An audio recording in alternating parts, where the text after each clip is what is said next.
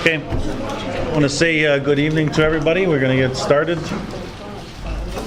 My apologies for running late, a few minutes late. We're waiting for one of our staff to set up. I want to welcome all of you to this evening's general meeting. We have a number of presentations this evening that we wanted to provide to you. Chief Karen Loran is running late. Chief Troy Thompson is off this week, as well as Chief Ryan Jacobs is off this week. So, as we've been doing the last number of, at least the last year, we have a protocol in place for cancellations of general meetings. That protocol recognizes that will pay tribute to those members that we have lost in the last month. So I'll ask for a moment of silence to recognize the members that we have lost over the last month.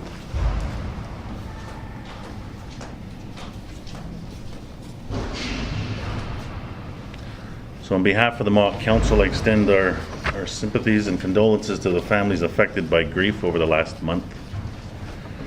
So this evening we have a full presentation, a full agenda with a number of presentations. We have the rules of order, a follow-up from the last general meeting of June 22nd that occurred at the Gisnina District, a presentation from the Untitled program, as well as a presentation on a Hydro One sovereign wealth proposal.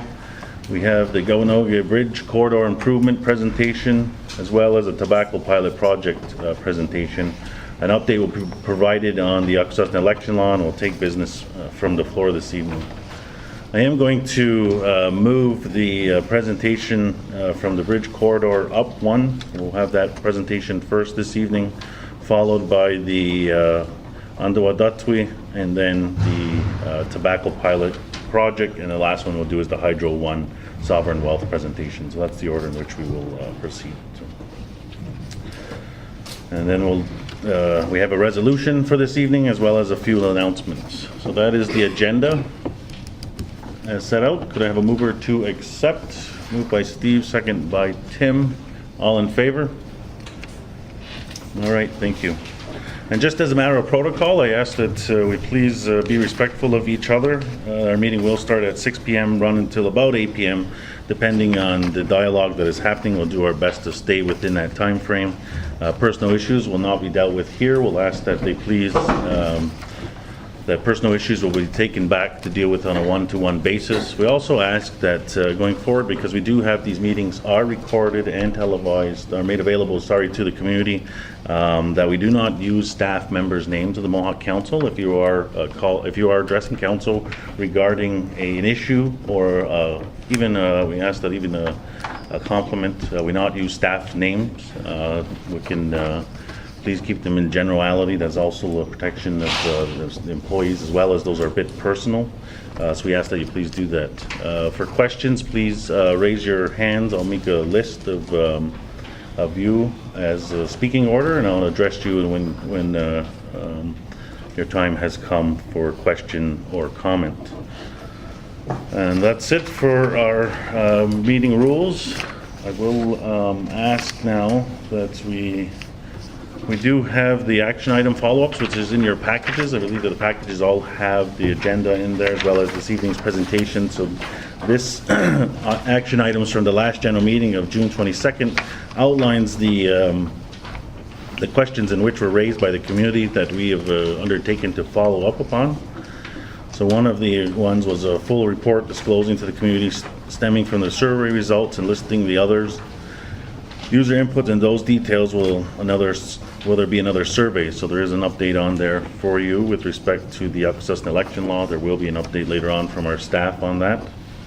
There is a question regarding the tax exemption in the Hydro One presentation that we'll be doing later. I can address that then.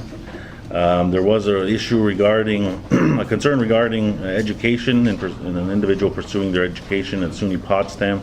That follow-up is ongoing. The same community member also noted the inconsistencies with the Board of Education and approval of post-secondary programming, as well as it relates to some of the requirements. That is also ongoing for follow-up.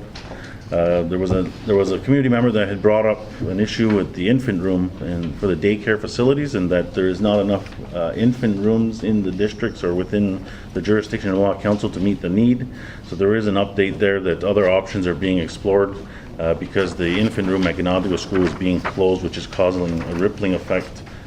Portfolio, it has outlined some of those options there that are underway to meet that need.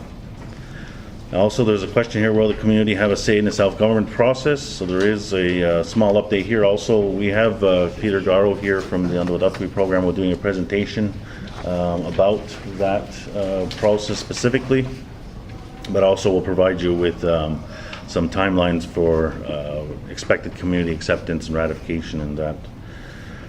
And there was also a question regarding the difference in economics from the outside communities in Upsustan, and noted the increase of welfare education costs increase of the vehicles locally. So this is a study project that we are taking a look at, if that's possible, to be able to examine some of the additional costs to us as a community based on our location on the border.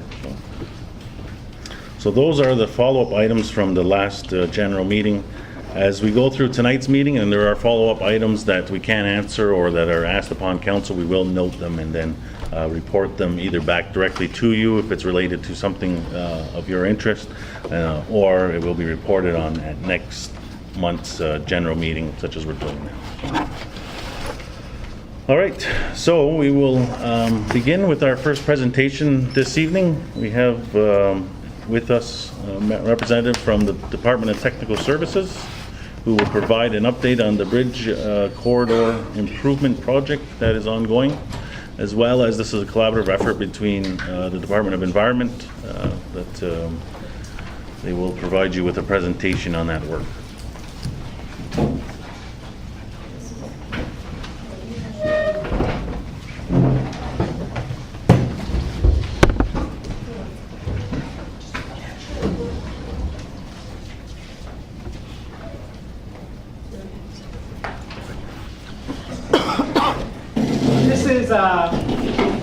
An update on the work we're doing related to the Kawanoga Corridor Improvement Project. And as background, the Federal Bridge Corporation Limited, they're finishing final construction of the whole corridor. It started with the demolition of the high-level bridge, included the construction of the new low-level bridge, and now they're looking at the corridor on the island. And as part of that, they've reached out to us for assistance. The budget for the project, when they actually do the work, is $4 million.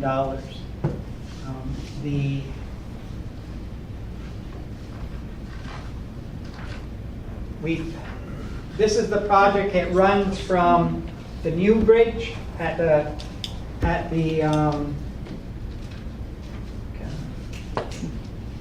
new bridge going to Cornwall to the Four Corners, the intersection on the island.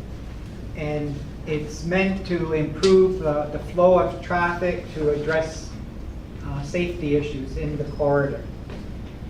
And we're doing both the environmental assessment, I think that's the next one. My department, the Department of Dehude Nawago, through the environment program, we've been contracted to do the environmental assessment of how that project will impact the corridor. The Department of Technical Services, and Leslie's representing them here tonight, has been asked to do a schematic design for what they call the South Park landing area, and in addition to that, corridor design elements.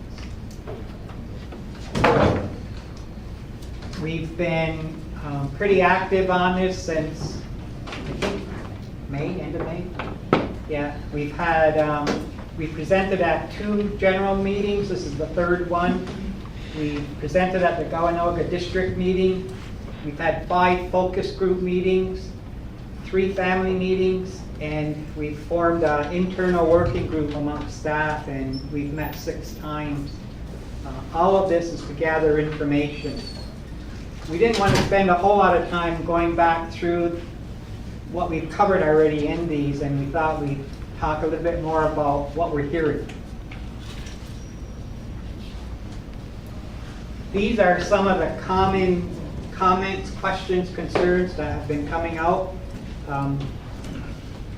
Even though it's not part of the work we're doing, one of the biggest comments is move the toll booth. It harms the island. And so we've made note of that. Second one that's come up frequently is the piers in the river. And do we take them out or do we leave them in? We're trying to get a sense. We've heard both sides of that. So that keeps coming up. Another question is, can neighboring property owners develop their property that's adjacent to the corridor? And the short answer is yes. The longer answer is it needs to be coordinated with this project. So access to it, I'd rather see it be part of this project design than have the property owners have to do it later on. So if we can avoid that, we'd like to do that. Comment has been to see improvements around the tennis courts instead of at the bridge leaving the island. There were questions raised about the Four Corners intersection. And way back in 2009, they were talking about putting a roundabout there. The consensus that we're hearing from the community is don't do that. So we've made note of that. The feeling is that it should instead be lights as a possibility, and that it can be set so that if there's no cars going across, then it'll stay green on the main. You can program them so that the dominant traffic gets the right of way most of the time. So that's been talked about. It's been raised about emergency vehicles going through the corridor, and that when you have a lot of traffic, sometimes they can't get through, and we need to consider their needs. There's been discussion about enhancing pedestrian cyclist safety along the corridor. That's pretty self-evident. If you've tried to bike, if you've tried to walk, there's no sidewalk, there's no bike path, and it's dangerous. So we've got that as a concern. Comments that we bury the overhead power and communication lines that cross the intersection. Comment that there be less billboards along the corridor. There was comments about improving signage consistent with the Acquisition Tourism Working Group, and providing security along the corridor, and then an opportunity to showcase our community with historical reference and cultural information. That would be tied back to having a bike path or a walking path where you could put historical markers on there and talk about the history of the island, about the history of the community. So I think that's where that's coming from. The next steps for us are to connect with the summer youth programs throughout Akwesasne in August, to get their feedback, to have additional meetings with property owners along the corridor, start sharing this information with them individually. I know that they're talking about doing a community survey to be launched to ask some questions. For example, should the piers remain in the river or should they be taken out? And in terms of reporting, our contract is to provide FDCL with a written report by the end of September. We're on track to do that. And then for the Department of Technical Services to prepare a schematic design and confirm the design elements for the bridge corridor design also by the end of September. So this is sort of a quick snapshot on the environmental assessment side, and Leslie and Jay were going to talk a little bit more about the work they're doing. Hi, so for those that might not know me, I'm Jay Benedict, and I'm the director for the Department of Technical Services. And Leslie Papineau is with the department as a technical program manager. So she's been working hard at this as well. So what we're trying to do tonight is get feedback on the design elements of the new bridge corridor design. So for us, it's design considerations that we need to take forward to the design team as we go into detailed design phase. So we've said that based on from the community feedback, from the consultations, that there will be programmable traffic lights and crossroads at the crossroad section that'll be built into the design. The corridor roadway will include a center turning and emergency vehicle laneway. The 2009, as some of you have seen, 2009 design had medians in there, much like northern Brookdale or the Brookdale Avenue now, where you had grass growing in the middle. Our emergency response people have brought up concerns about that. If there's backups coming onto the island, they need to be able to get through. So we think that's the solution, is by creating turning lanes, and if there's an ambulance, police, fire, they can use those turning lanes, the center lane, as their throughway as the traffic cautions and allows them through. So we will be taking that forward to build that into the design. There will be side service roads that extend to property owners along the corridor. We need to figure out the details of those as we move forward in the beginning of October, moving forward.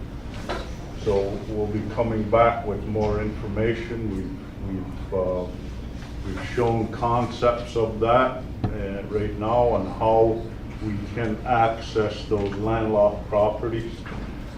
And then the service roads will have either cul-de-sacs or hammerheads at both ends. Hammerhead is more like this, where you actually would be able to turn like that.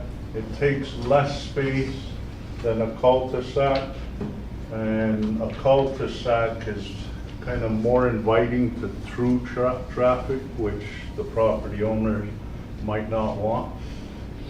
Here's an example of the turning lanes minus the median.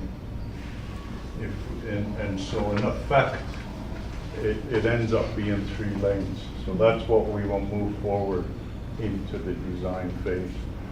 There will be ATV pathways that run beside the corridor and connect to the existing trails.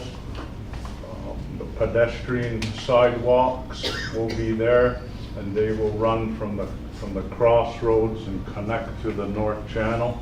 We'll build that into the design. There needs to be more discussion and to figure out if we're removing or replacing the existing fence. Some people have said they want the fence there. Maybe it can be new fence. We have to take those discussions further and figure out what the material. We think natural barriers can be a very good, very good natural fence between the corridor and the properties. Provide outdoor furniture along the sidewalk. So just an example of natural barrier hedges maybe some kind of other fencing, benches, and just pictorials of bike paths and ATV trails. We need to talk more about the Peachtree Mall intersection and how that will end up in the final design. So it'll be important that we get directly with the property owners on that and get that figured out. We would like to include soft outdoor solar lighting along the sidewalk pathways, and hopefully that becomes part of the project. Introduce landscape materials that is self-sustaining and easy and easy maintenance.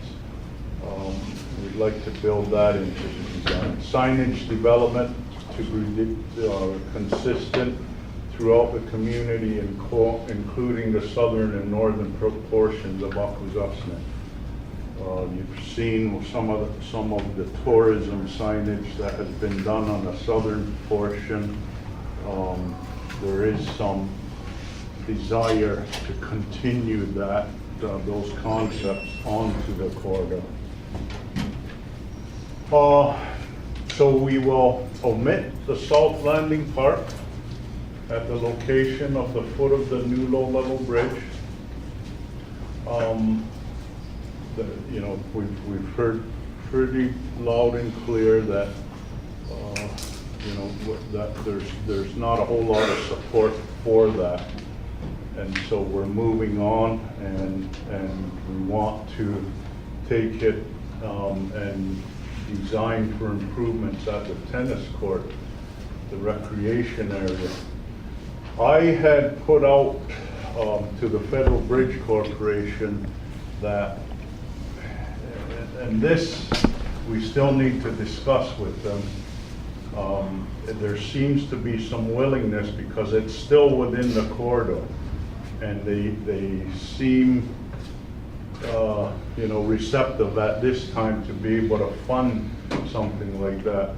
I reached out to them and suggested that they also make a contribution here at the arena site to the bike path or the walking path that wants to happen here. The answer that's coming back from technical people is no, that's not going to work. So I'm looking at leadership now and saying, I don't think that's the final answer, right? I think we should still consider trying to get them to fund, at least contribute to that, to help kick off the walking path around here. And we need leadership to determine the future of the former CBSA parking lot.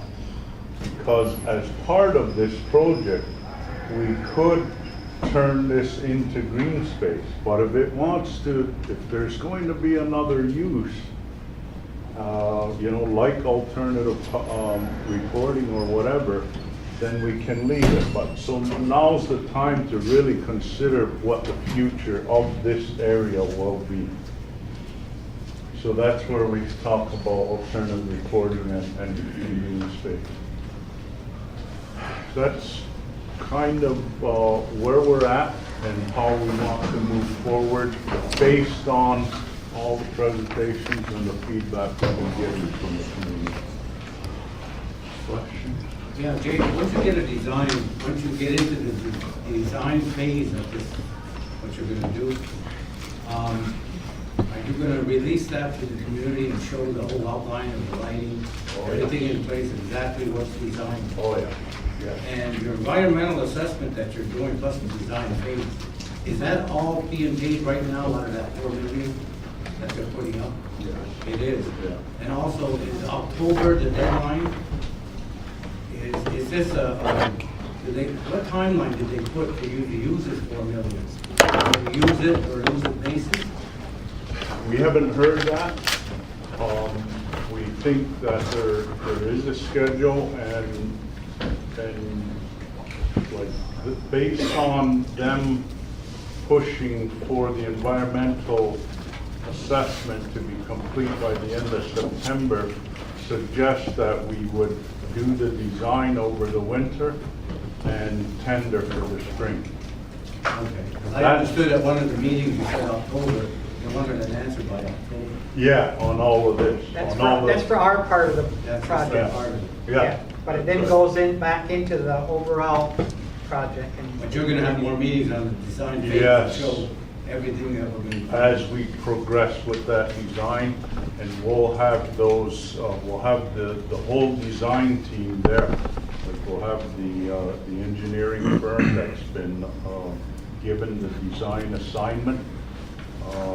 We have them there, we have Seaway International Bridge Corporation, the Federal Bridge Corporation. There'll be nothing left by the time they get there. Yeah.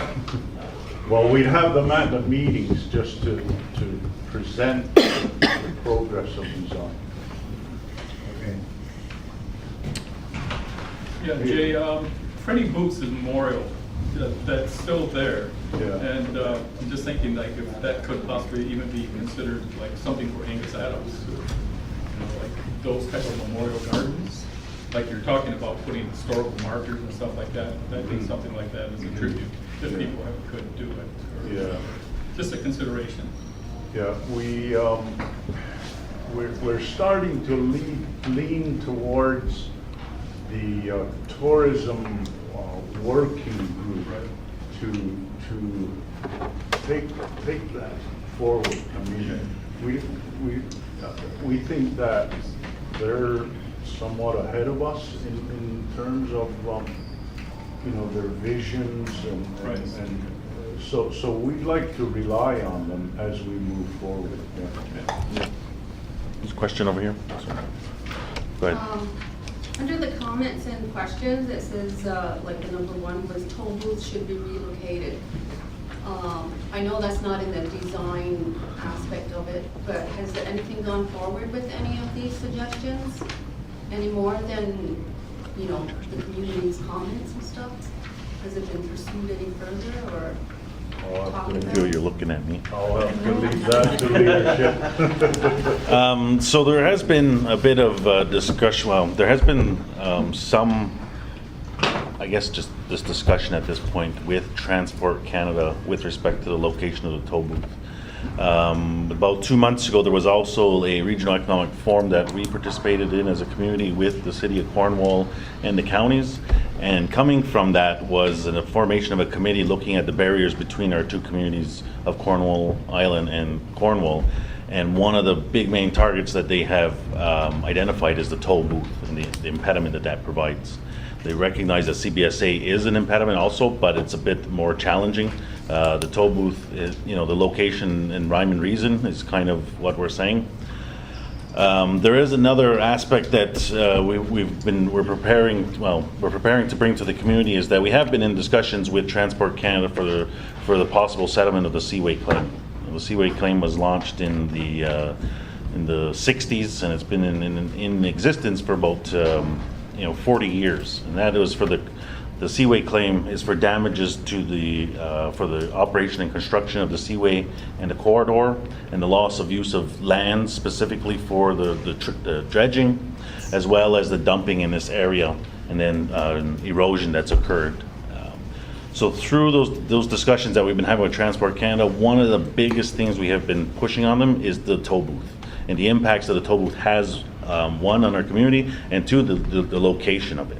If there is to be a toll, it should not be in that location. And if there is to be a toll, the cost should not be something that makes it unmanageable for our community, such as it does now. So there are efforts happening now. We are scheduling to meet with the Minister of, between the City of Cornwall, the committee, well, it's not the City of Cornwall, but it's a committee of Cornwall businesses and a committee of Mohawk Council. We're looking at approaching the minister specifically about the toll, and then there are these other ongoing discussions with Transport Canada about the Seaway case and the toll location itself. So then when it comes down to it, you have to wait until the Unfortunately, it is a bit away from now. I mean, probably, a year or so that we can have some, whether or not they'll reduce the costs or relocate, right?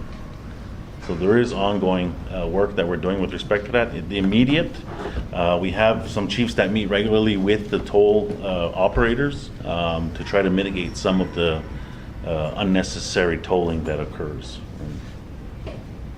That's kind of high level where we're at. Unnecessary, you mean Well, taxi drivers or that's or right. bus drivers Yeah. or whatever? Yes, yeah, those are the toll's been there for a while and it's annoying, but they've, over the last little while, taken additional steps to make it more annoying, right? Those chiefs have been meeting with to try to mitigate that.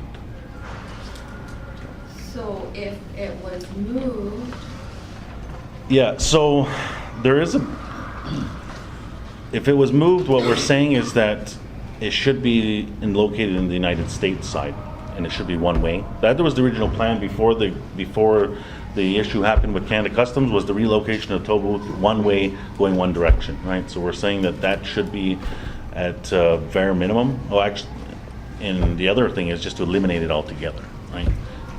But there hasn't been a whole lot of buy-in from anybody to do that, because then somebody has to pay for the maintenance of the bridge, right?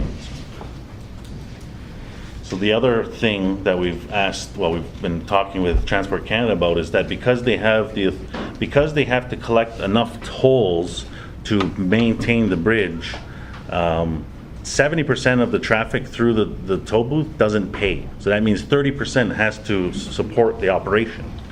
What we have said to Transport Canada, and we want to approach the Americans, is that the federal government should subsidize the agency that runs it. That way they're not always saying, how do we collect enough tolls to maintain the bridge, right? The government gives them money to operate. There wouldn't be such a stress to collect enough money. Maybe it's time to renegotiate that gas line that crosses the island. That 100,000 a year is not enough money. That there would pick up the toll. If you went through the gas company. Yeah, but I think They're making millions of dollars on that gas line. regardless of the location of the gas line, the gas line doesn't say there has to be a toll there, right? So, But you're just talking about they but those- subsidize the cost. yeah, but it shouldn't be us subsidizing, right? Oh, the So, gas line, I should cover it. yeah. Take the toll right out. Okay. There's a question over here, Pat? Yeah, what I wanted to know is those piers, is there any questions whether it's gonna stay there or be torn down? Who's got the say on that, us or the Cornwall? Yeah, so recently there's been some media coverage on that. I spoke to the Federal Bridge Corporation about this, and I also spoke to the mayor about this. The Federal Bridge Corporation, the same company commissioning this work, has said that the plan is to take them down. When they originally brought the project in forward, they always said they would take them down. That still is the plan. The work that the media coverage that the city had was just simply them reaffirming their position or to see if it's changed. It's not up to the city of Cornwall whether or not those come down. The decision to not bring them down would require consultation with us in the city, but the decision is not with the city. They plan on within the next 2 years of budgeting to So take you're them saying down. it's with us to decide whether they come? The plan is to take them down now. Yeah, well, not right now, but continue in That's 2 what years. people want? I believe, was that identified, there was identified in the original plan when the consultation occurred for the bridge project. I'll look to Jay to, Yeah, it's always been in the original environmental assessment. It was part of the scope of the work. It's only for budgeting reasons that they had to remove that. So, yeah. I mean, with pressure, I think they would have to allocate those dollars in the future and take it down. But we've heard mixed messages through our consultation process, like, why don't you use it for, some economic development or some type of environmental. So, I mean, just ideas being thrown out there. But so we really have to sort of take one position on this and be forward, and that's why we put it, the question on the back. Yeah, go ahead, Basil. That asphalt that you guys are talking about, driveway, how many, times a year, we don't walk, we like a right of way. We walk around and back, but we don't walk that much asphalt all over our property. For these, For the, so-called road you're putting the right of way. for these roads right here, Yeah, yeah, well, I mean, that's what was always asked for by the property owners, is to have access to that. So in we'll take order, the access, but we don't want the asphalt that's on, going right across the property. The roadway is talking about access road. We didn't want a driveway, we've been asking since '56 for a driveway in there, and we've been landlocked ever since. yeah, We you got a mean- ditch right across our property all the way through.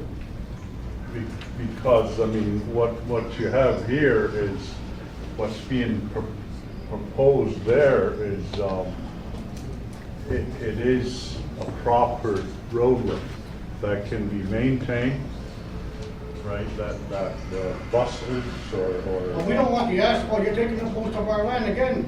We're asking for the land back. You know what I mean? Well, that part of it is not up to me there, I mean, that. Have you ever checked out that property? There's 8-foot drop on the other side of that Oh, yeah, road. oh, yeah, yep. We were supposed to get part of that involvement. We got 2 little anthills on the road. Yeah, well, That's, doesn't seem fair, isn't it? Then you're gonna put blacktop across the whole damn thing? That doesn't, well, that's what the people asked for all along, so if the people. there's only 2 owners on that property. What the hell are you talking about? I think there's more than that. No, there's only All like, roads and Esmond. yeah. There's 1, 2, 3, 4, 5. But Rachel, Randy, they all got a driveway from the other main road. I mean, I don't think they wanna hear the noise like coming from that. if the property owners are of consensus that this comes right out of the project, I don't think that'll be one problem. If you still wanna stay landlocked, that's fine. We ain't gonna be landlocked, we'll put our own driveway in. Yeah. You can do that too. Right. But Steve? we don't want blacktop now, you gotta get taking most of our property. Yeah, I think that that discussion will warrant between the landowners again to verify that that's the case. But what Jay is saying is that when the original design of the bridge reconstruction, or the new bridge, that was what. Original design, Seaway Authority did the That- landscape that we got in the back. Yeah, On the other side of that fence, we got an 8-foot drop. yeah. We were gonna put a business there, but over $100,000 to fill, to put in there to get it to grade. And nobody wanted to do anything about it. Yeah, so one of the other components that we have discussions with transport is about is the ownership of the corridor. Because we do want to bring the Seaway case to resolve at some point, because it's been in existence for 40 years and it's ramping up to go to litigation at this point. Through our risk assessments, we don't think that the outcome would be as good as negotiating a settlement. So one of the things that we put forward to Canada was we want the corridor ownership turned over to us. At the very minimum, we want the corridor footprint shrunk down to what is required of the roadway and nothing more. So in that case, if we are successful and it's approved by the community, that whole area would come back to the community, and we would have enter in those discussions with the landowners specifically around, those areas. But this is from previous design as to what was said then. I mean, obviously the position may have changed. We're looking at, just a lot of blacktop, and we don't want the blacktop. Yeah, yeah. You're taking all the land away from us again. Yeah. Okay, noted. All right, any other questions on regards to this? Yes? I got one with your comment you just made to him about the risk assessment and the negotiations on the land and all that was going on for 40 years. Who's negotiating that? Is it just council, or is it council with lawyers, or is it just council alone?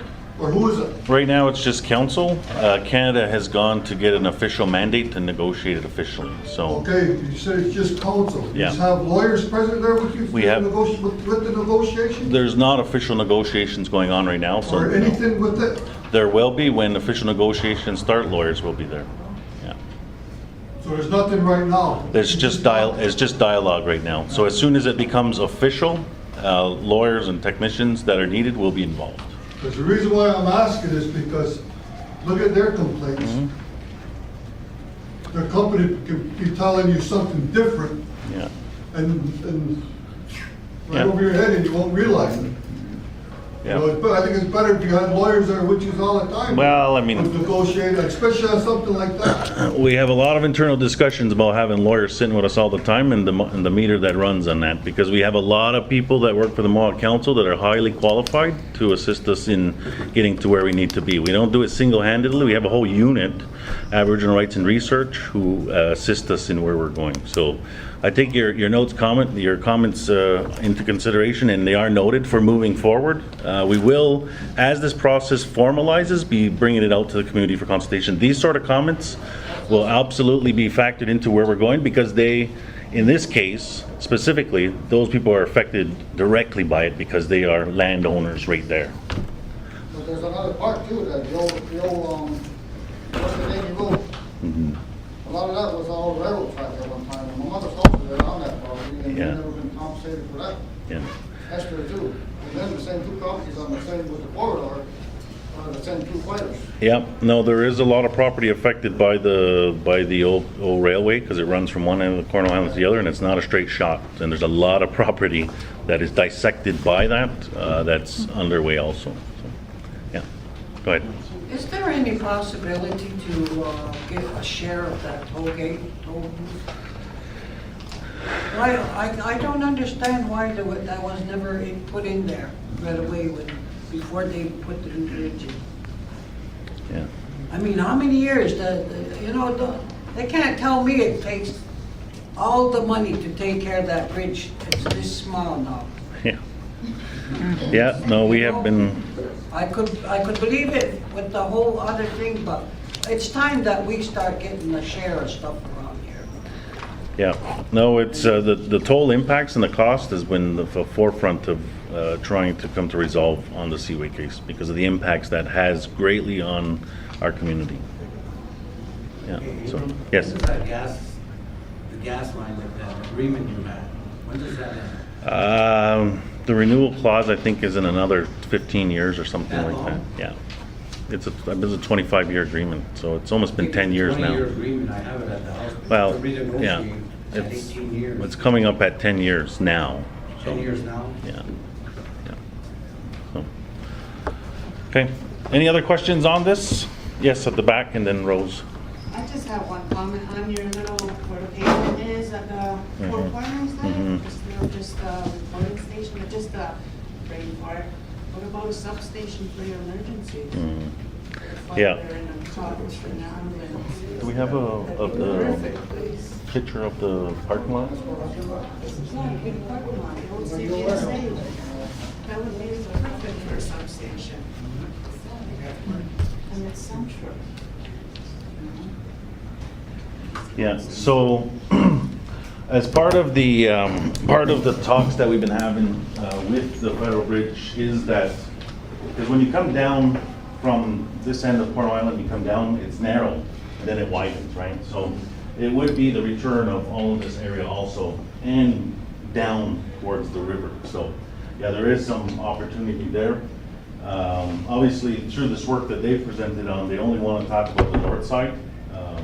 But we have been internal discussions about this specifically.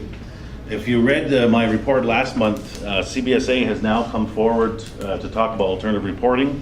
We've had another meeting with them. We're going to be a dialogue with the community of what the scope of that reporting will look like, because we want to do a phased-in approach of who can use it.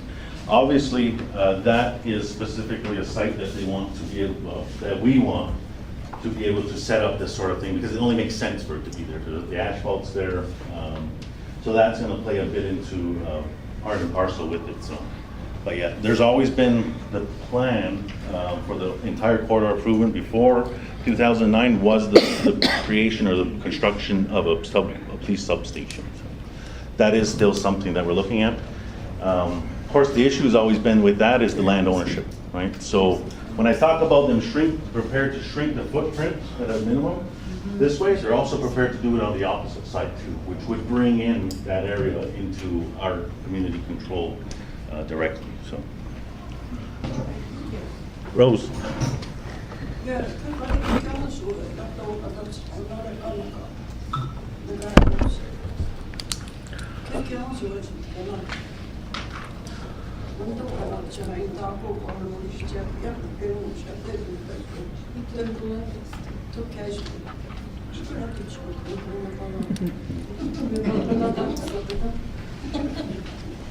Joe, you want to respond to that?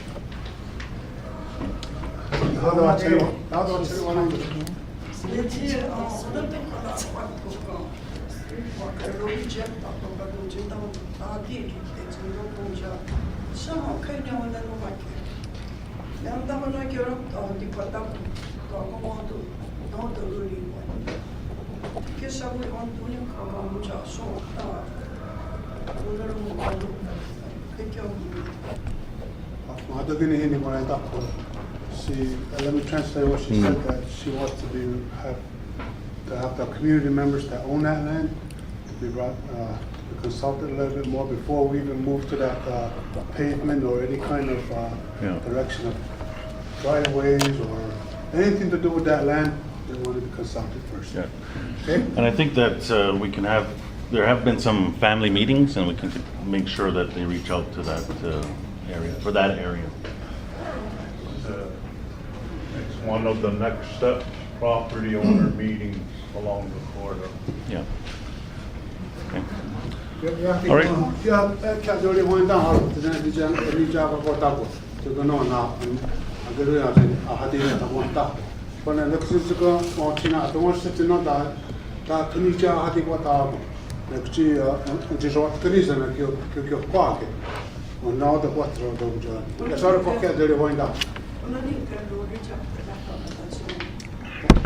She said that she already had presented to the council what she wanted, and she don't want that road. And I guess if you want to have more meetings with them, it's on your toe. Okay. Okay. All right. I want to thank you, gentlemen and lady, for the presentation this evening. So, yeah, his question was answered. All right, so we'll move along on the agenda. We've moved up under Wadatwi to the next presentation. I'll ask Mr. Garl to come forward.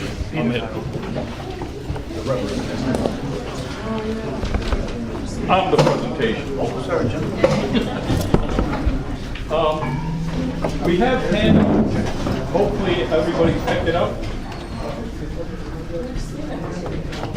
Have you seen it? There'll be a movie. George Clooney playing me. Angelina Jolie's gonna play you.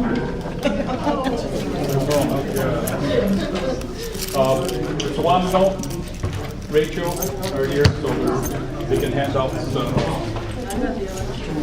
these items. We're gonna have a focus meeting next week here on the 31st. And we've got a schedule that we're going to be continuing on with focus meetings throughout the district. 1 second. If we could have one meeting, I would appreciate it. Like, it's hard for us to hear.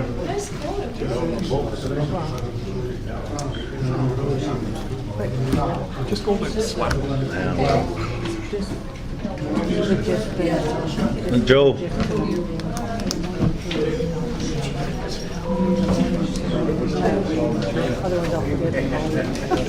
Okay. If we could please refrain from talking with each other. Like, I can't hear Peter, so. Yeah. And that doesn't happen very often. So.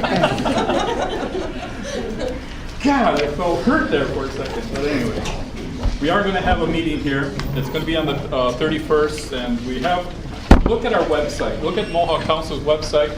There's a lot of information on there, but I wanted to thank Aaron Cole for putting the information that we have for you. We've had a lot of meetings. We've got a lot of issues, there've been a lot of questions, so we try to put it into a format that is understandable. Whether you're for it or not on self-government with the agreements, we want you to vote. Come out and vote. You know, just look at it, try to understand it. Bring us what your issues are. We'll try to bring it to the focus meetings. And we have a whole series of them coming up, which will be, Ganonigo will be on the 28th. We're putting it in the newspaper. I think we're going to go on the radio too, telling hopefully that we're going to get turnout, because we tried this a couple years ago, and I think we had, at Ganonigo at the rec, we had one person show up, and it was the one that supplied us with food. But she stayed. But she stayed. She listened to our whole presentation. But other than that, but if we get enough people, then we'll continue on having the focus meetings. And any questions, come on down to see us. We're at Under Wasilio, right across the police station, and just drop in. As they say, we'll keep the coffee on. Okay, so every general meeting, I'm going to be coming. I'm going to just provide you whatever information we have for. So we'll continue on until we get to the stages, and probably a couple of years of when we're actually going to a vote of some kind. But we really want people to get an understanding of what's happening. The status quo is that we'll be under the Indian Act continuously. We want to change that relationship. That's it. Questions? Peter, next thing.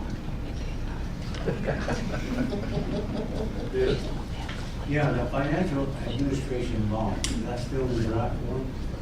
It's supposed to be going forward. What's that? The financial administration law? It's on the docket to be going to referendum. It's going to be going to the community for consultation and review, but right now we're in the process of doing an internal review to see if the law meets our needs and if we can meet the needs of the law or meet the requirements of the law. So it's kind of an administrative review right now, and then it'll be going into the consultation enactment. Is that the first step? The first step. As far as your First Nation, what do they call it, Fiscal and Statistical Management Act that you have? It'll be part of it. We will have a financial agreement, a different agreement, because right now they're trying to change the policy on self-government, and that's one of the policies that Minister Rabel is reviewing. She's got a working table to look at those policies that adversely affected us as First Nations people, and that's one of the policies. So they're redoing that whole fiscal policy to see how that is, because right now there isn't enough money for it. They want to close the gaps, and what's really interesting is that those 29 First Nations that have signed self-government agreements, it was supposed to be closing the gap. It hasn't. So they're really understanding that that policy has to be changed. I think what scared the heck out of everybody, Pete, was when Misha Mender was given a presentation from West Bank, Right. in British Columbia. And in West Bank, what they did is they took 83 of the Indian Act and they agreed to have they passed it. Yep. They wanted to allow on-reserve property That's right. taxation. With the on-reserve property taxation, if you look at the Indian Act, what they did is they added Section 5 of the First Nation Management Act. That's right. They put it in with the 83, and then they said, okay, 87 states in there that an Indian or a property of an Indian is exempt from taxation, Right. but subject to 83 and Section 5. So that's the scary part I was looking at, because, you know, the First Nation Fiscal Statistical Management Act is all based on, you look at it, it's on reserve property taxation. That's right. It lays it all out. I know. So that's what scared everybody, is the fact that are we voting for something where we're eventually gonna start paying property tax? 87 is not even on the table. We're not even looking at 87. 87 should not be touched. It's not at all. It's going to still, and that's part of the Indian Act that still will remain. There's 87 and 89. 89 against seizure, and the other thing is going to be the fiduciary responsibility. They have to continue providing us program and service money, but we want an increase of that to close the gap. Because I've been to a lot of the meetings and I've been listening and watching these. Plus, I'm trying to compare this with how West Bank is working. That's right. You know, a lot of them are crying now because their leases, they leased everything out. And now to get it back, I don't think they're gonna get it. Once that lease is in there, I mean, they can collect all the tax they want. And that's another question I have. Is self-government gonna be leaning towards privatizing certificate of possession? Again, the community, if they, I don't think so, because it still remains, all the property, crown land, whatever you want to call it, the reserve still remains in the property of the whole community. You have to look at it from a collective point of view. If you start thinking about privatization, then you're talking about an individual point of view in that. So the certificate of possession, I mean, if that's what the community wants, the community is going to have to say so They're and starting come to do forward. it now. Well, I mean, on other yeah. reserves, they're starting. Oh, yeah, I know. Well, the thing is that a lot of what they're doing on other reserves is sort of looking at benefiting them for where they're situated. We have a different, we're totally unique in that we're really demanding things to be corrected. I like what they did on the corridor. You know, they expropriated that land, right? We're saying no expropriation. So they're having, Canada's going, whoa, you're bringing up some issues that we know from historically we're putting on the table.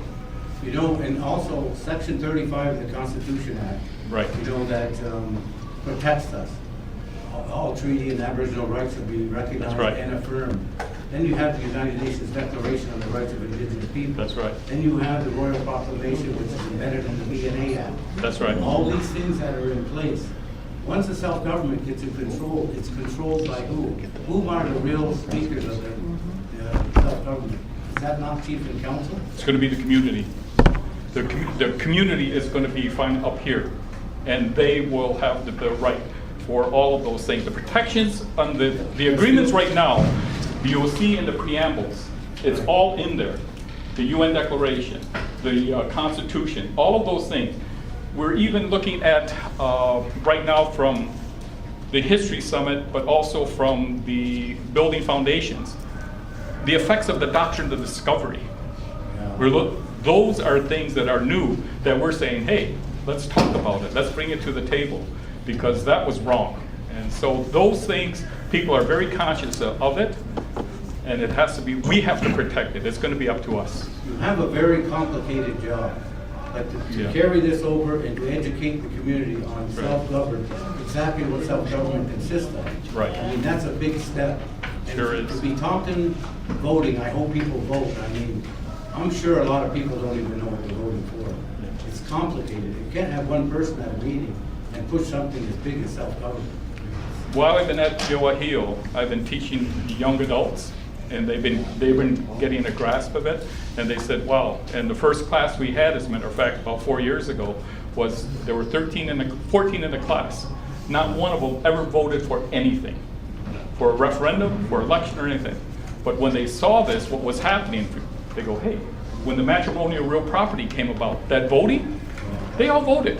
They said, finally, they understand. And so it's really the youth that we're trying to engage more so because this is their future. And they have to understand where we're going with it. Yeah. See, the matrimonial real property is one of the aspects of your self-government that you have to have in place, or otherwise you wouldn't be able to get self-government. That's right. That's why they put a deadline on the MRP. But now the non-natives, do they have a right under human rights violation if they're married to an Indian, and let's say the Indian passes, does she have this power, as much power as an Indian to have that land and make decisions on that certificate of possession? If they're non-native, no. I don't know, it just says, we're looking at the land code right now, and there's no way they would do it. No, we have our own, But we have they our can own law. stay there. Yeah. That's what I don't like. They can stay there. If they have children, they can stay there till the youngest one turns 18. Then they have to leave. The Well, by reason I then, ask- everybody's gonna fight, no, you're gonna stay here. The reason You're I an ask is Indian. because, That's what's gonna happen. yeah, Unawaga's got a big fight going on. I Well, know. they're continuing. They're continuing, and it's all based on human rights violations. Okay. All right, there any other questions for Peter? Thank you all. So we'll see you next month. I like, 31st at, Okay. where are you on the 31st? Here in the Turtle Room, 6 to 7:30, July 31st. Be there or be square, as they say. Thank you, Peter. You like the color coordination with your shirt and your hair there. That looks good on you. I know you had purple on 2 days ago, and your hair was with that one too. So. You know how much it costs to dye your hair? All right. So we'll move along. The next presentation we're going to do is the tobacco pilot project. We'll ask Jim Ransom to please come back forward.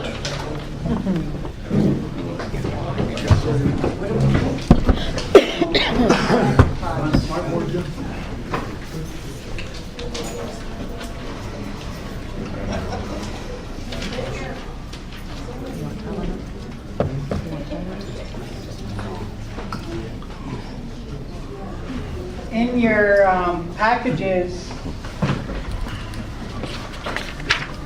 there's this at the back. And what it is Ontario has made a proposal to First Nations in the province regarding tobacco. And a quick summary of it, this is in essence what they're proposing. That if First Nations develop their own tobacco regulatory regime, establish a minimum price on tobacco sales, that they're willing to share a portion of the overall tobacco tax revenue that they collect in the province, which is $1.2 billion. And they're prepared to share $120 million with First Nations that do these things. For Aqua's estimate, it would be $7.2 million annually. And that's what they've proposed.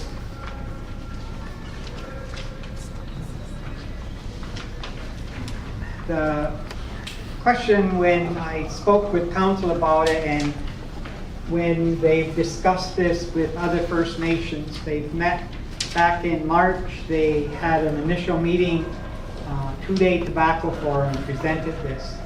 And they've had some more meetings since then. The question that comes in is, what's in it for the province? Why would they do this? And part of the answer is it's a tobacco control program. And it's meant to reduce tobacco usage. And that part of it is a health issue. And First Nation smoking rates are terrible. I've been speaking with our health staff. We don't know what our rate is yet, but they said they would look into it. I know that in some of the First Nations I've spoken to, their smoking rates are as high as 50%, half their community smokes. And that has long-term health implications. So the province's proposal by First Nations having their own regulatory regime, having that you can't purchase cigarettes under the age of 18, those are non-pricing controls, plus raising the price will bring down usage in the community. So that's why they're doing it. The $120 million is really technical and financial assistance to move First Nations away from tobacco. And we did research. It's the same as what's happening on an international level. There's a group called the World Health Organization. They have an international, it's called the WHO Framework Convention on Tobacco Control. It was a treaty back in 2004. 168 countries signed on to it, many of them developing countries. And it did the same thing. It asked for pricing and tax measures to reduce the demand for tobacco, and did non-price measures to also reduce the demand, and that's regulations and education. And the objective was reduce the prevalence of tobacco use and exposure to tobacco smoke. If you took out those countries and put in First Nations, it would be very similar to what Ontario proposed. This is our current tobacco program. We participate in the Ontario First Nation quota allocation system. We're allocated 145,000, almost 146,000 cartons this year alone. Our sales last year were 39,000 cartons. We have 6 active vendors, and it generates 198,000 in revenue for council, and we put that into this arena. It operates at a deficit, and we use it to try to bring some of that deficit down.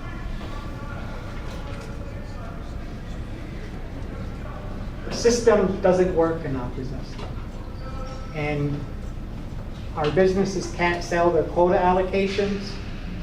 The mixed traffic corridor hurts sales tremendously. The toll booth hurts sales. The CBSA port of entry hurts sales. And then we've got the competition from the US stores on the American side. And they sell much cheaper. So all of that influences it. This is our sales. It peaked back in 2011, 2012, but it's been a constant decline since then. This is it not working. The sales should be up here if we sold all of the quota. Go ahead. Isn't that a good thing? Doesn't that mean that people are not buying the cigarettes and smoking? It is.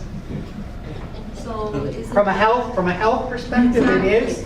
From Isn't that why- a business development, it's not.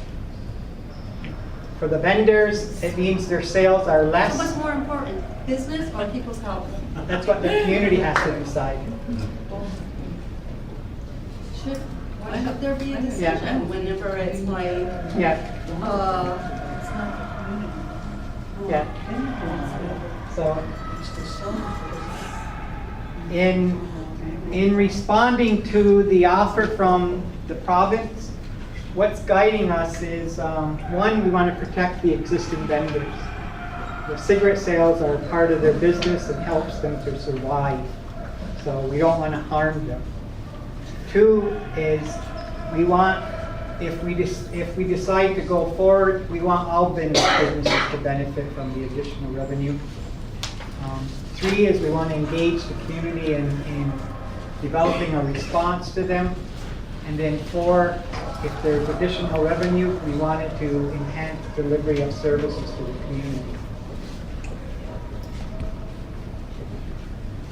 How could we participate? Develop a regulatory regime. We have it. We're ahead of every other First Nation in Ontario. We would have to enhance our royalty. The province is asking us to increase it. Right now we charge $5.10 per carton. They want it increased to $25 per carton, which is 80% of what it is off retail. And that if we did those things, they would provide the revenue share, and it would trigger the $7.2 million coming into the community annually going forward. so did they ever say how much money they're losing on taxes? Why the companies here, like what the province is losing on taxes because of the... First Nation sales across the Right, province, right. they estimate $500 million. 500 million is what they're, and how much are they proposing to get? 120 million.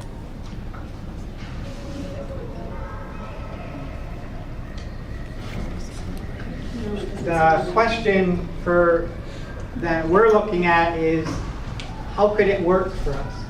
And what we talked about is for the existing vendors to increase the royalty to 15 per carton, but then to subsidize those vendors back $10.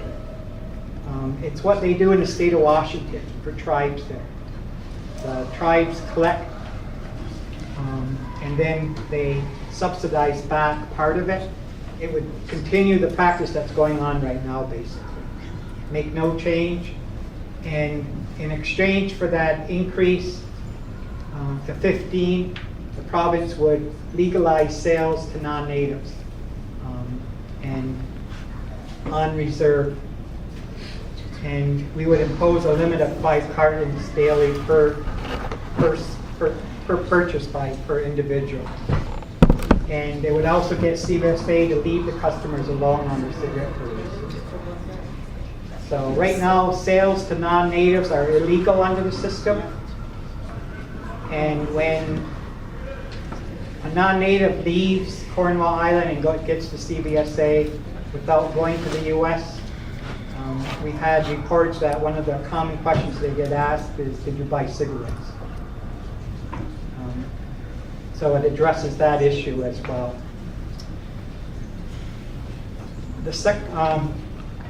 So with this, it addresses the existing vendors.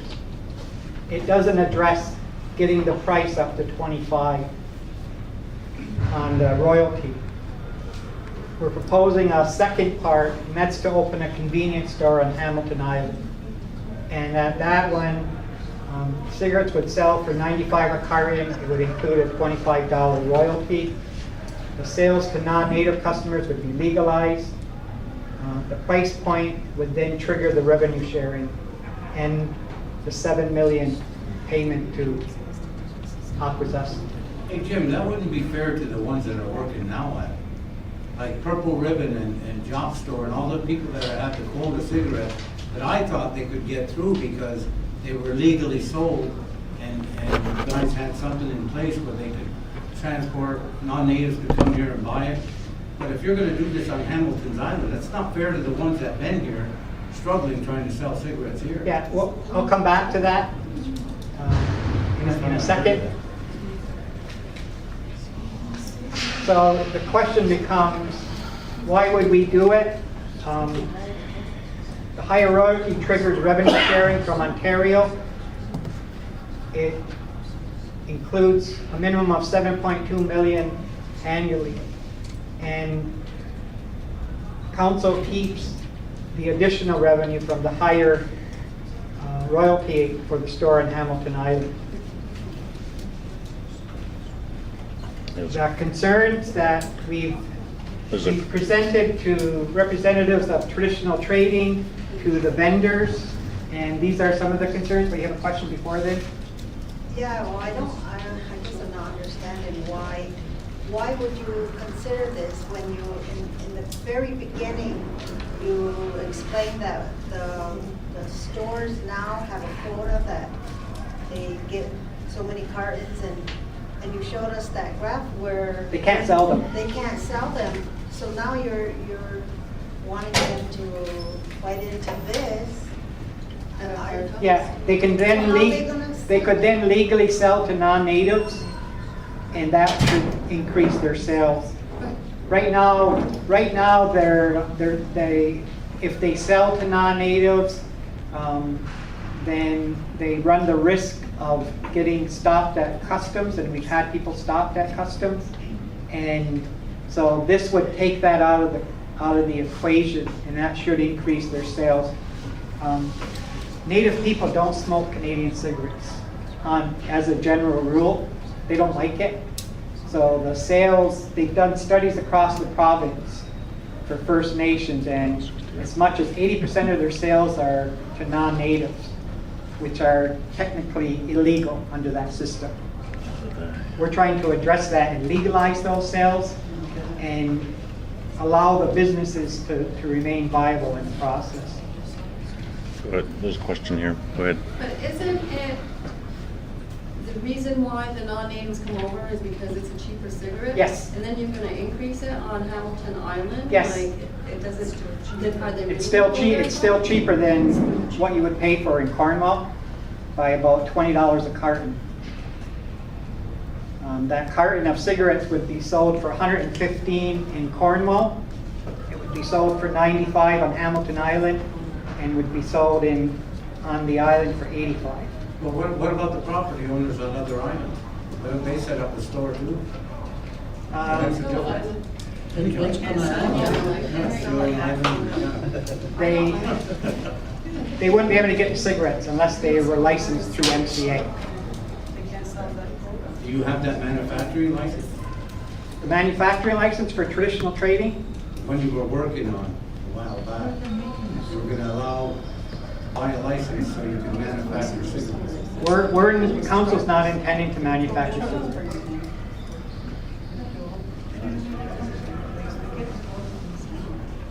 These are the concerns we've been hearing from the businesses. One is, how would MCA spend the 7.2 million? And in the tobacco law that's in place right now, it already lists that. You know, how it can be spent, the revenue from tobacco. And that's already been passed by the community in a referendum. So that list is there. What you raised, the economic impact on existing vendors if a Hamilton Island store is open. We're aware of that, and we've had discussions with those vendors. They would look for some type of compensation if the sales dropped tremendously. So that would be part of the discussion with them. There are questions about, in regards to who opens the store and whether or not the comment that government should not be operating businesses, and then the general comment that businesses want to say in decisions that affect them. So whether we form a business advisory committee or some other entity, they would like to see that. They discuss ideas to make it work for them. And they talked about how it could benefit them. They talked about using part of that 7.2 million to create a summer student intern program for businesses. So that as a business in the community, if you wanted to hire a summer student, then this pot of money would facilitate that for any business. Again, compensation for vendors for losses that occur. Just one sec, Jim, there's, When you say this money can generate, I mean, this tobacco can generate money to create summer student program, isn't that kind of silly? Because like mafia money used or something. the more you smoke, the more students will hire. Exactly. You know, it just doesn't sound good for your youth, you know? Yeah. Where their money is coming from, really. Yeah, it's, well, I mean, that's what we're hearing from the businesses, that, you know, this is what they're saying to us, that we need help. And it's hard to survive as a business. Having students that we don't have to pay for in the summer will help stretch our dollars as a business. There must be other ways. That's what we're hearing from them. There must be other ways, like if Yeah. they all get together and like lower your peace tree leases, you know. Yeah, and we've talked about that. They suggested some type of capital fund program for business to draw from collateral.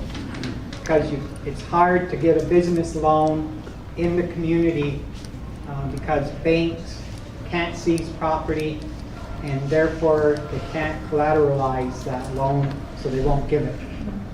Okay, there's two more questions here, Jim, over here, and then over to Tom. I just wanted to make comment that being new to council, I'm learning a lot of how we struggle with economic development here in our community.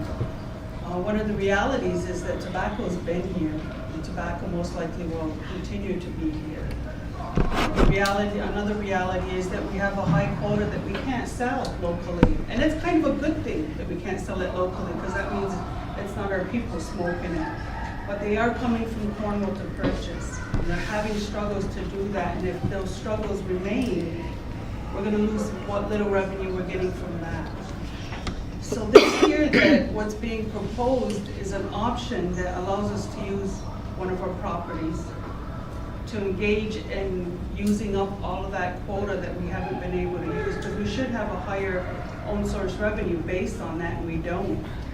This is giving us an option that we can provide own source revenue for us, use it where we need to use it. We may not necessarily use it in summer student programming, but your students want to work.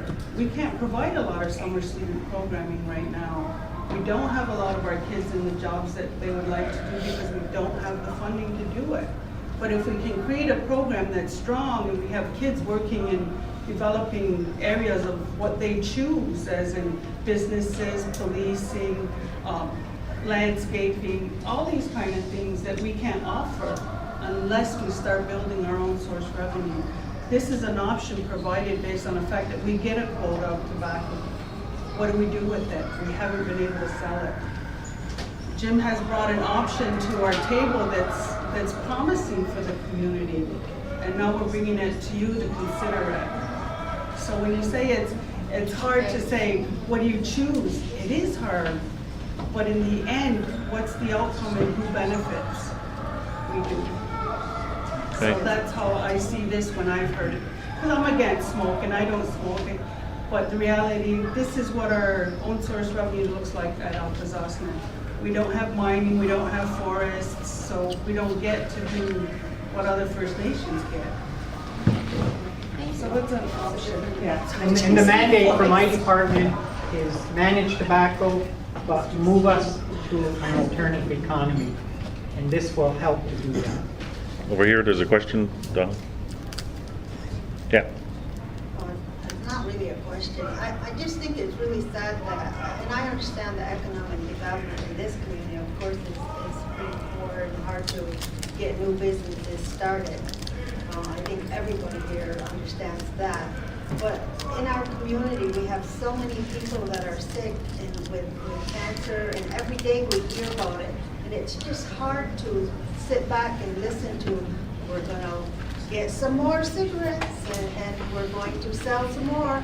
When in the beginning you already told us it's hard to sell them. We can't even sell the quota we get now, and you're dependent on the non-native people to come and buy that. You know, I think that's the last thing we want to do is depend on the non-native people for anything. But I just have a hard time listening to and knowing a lot of people that's sick right now and having a really hard time, and a lot of families that are affected by cancer, and it's hard to do. Yeah, the higher price will reduce consumption of cigarettes. That's why I started it that way. That's the primary objective. Okay, go ahead, Dave. And one step further, July 1st next year, if it's still following through with that, they're gonna legalize marijuana, recreational right across the country. Like that's a whole new ballgame. I mean, there's people gonna be running stores, they're gonna be transporting, there's gonna be, I don't know what you plan on doing with this store on Hamilton's Island. Are you gonna push off the cigarettes or put dope there or what? It's an issue every First Nation's going to face. That's right. They're ganging up now in Tyendinaga. They're going to all the cops. This is how we're going to run it. And they're getting cheap beer to run all these. Yeah. Okay. All right, we'll continue on with the Yeah. presentation. So the last one is the businesses are looking for grants to help them reduce their costs. And one way is to help them reduce their utility costs. And if we provide grants that replace the lighting with LED lighting, help them with their heating ventilation equipment, help them with newer coolers that are more energy efficient, it would have significant savings on those types of costs. Where you can get the money? Where you can get the money? From the 7.2 million.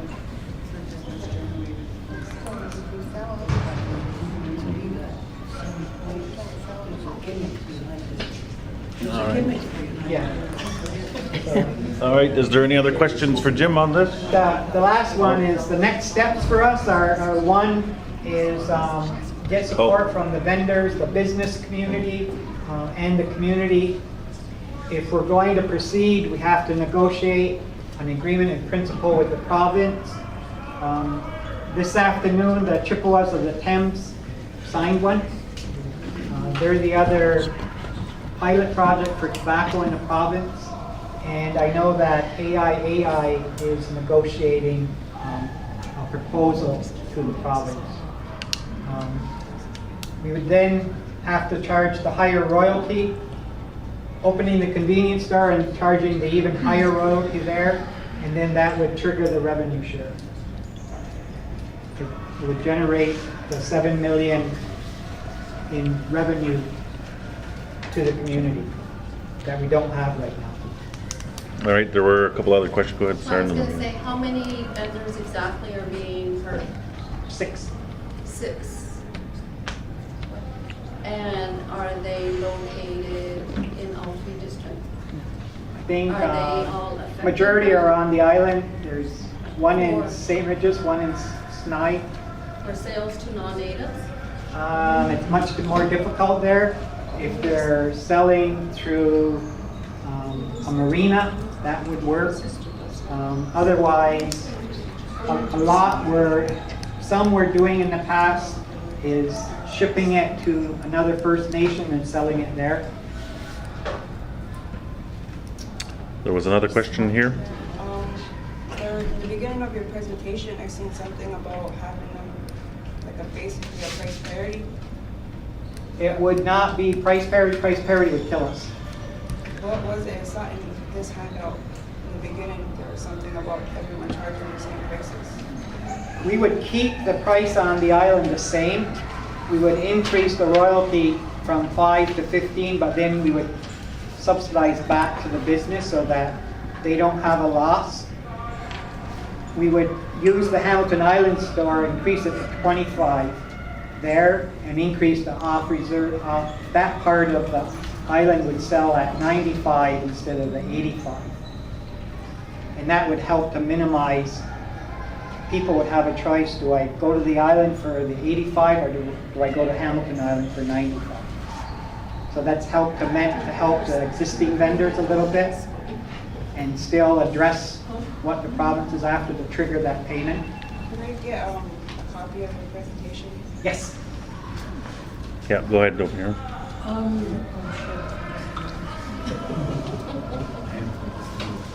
If somebody goes, say to Hamilton Island to buy, now is somebody going to be behind them and arrest them for taking that cigarette? No, if this works the way it's supposed to, there would be an agreement with the province. We would stamp that product, and as long as the stamp was on it, the OPP would not bother So in those. stamping, they would be paying the tax on it. You would pay the royalty. So we're going to start paying taxes. We've been paying royalty since this program started 20 years ago.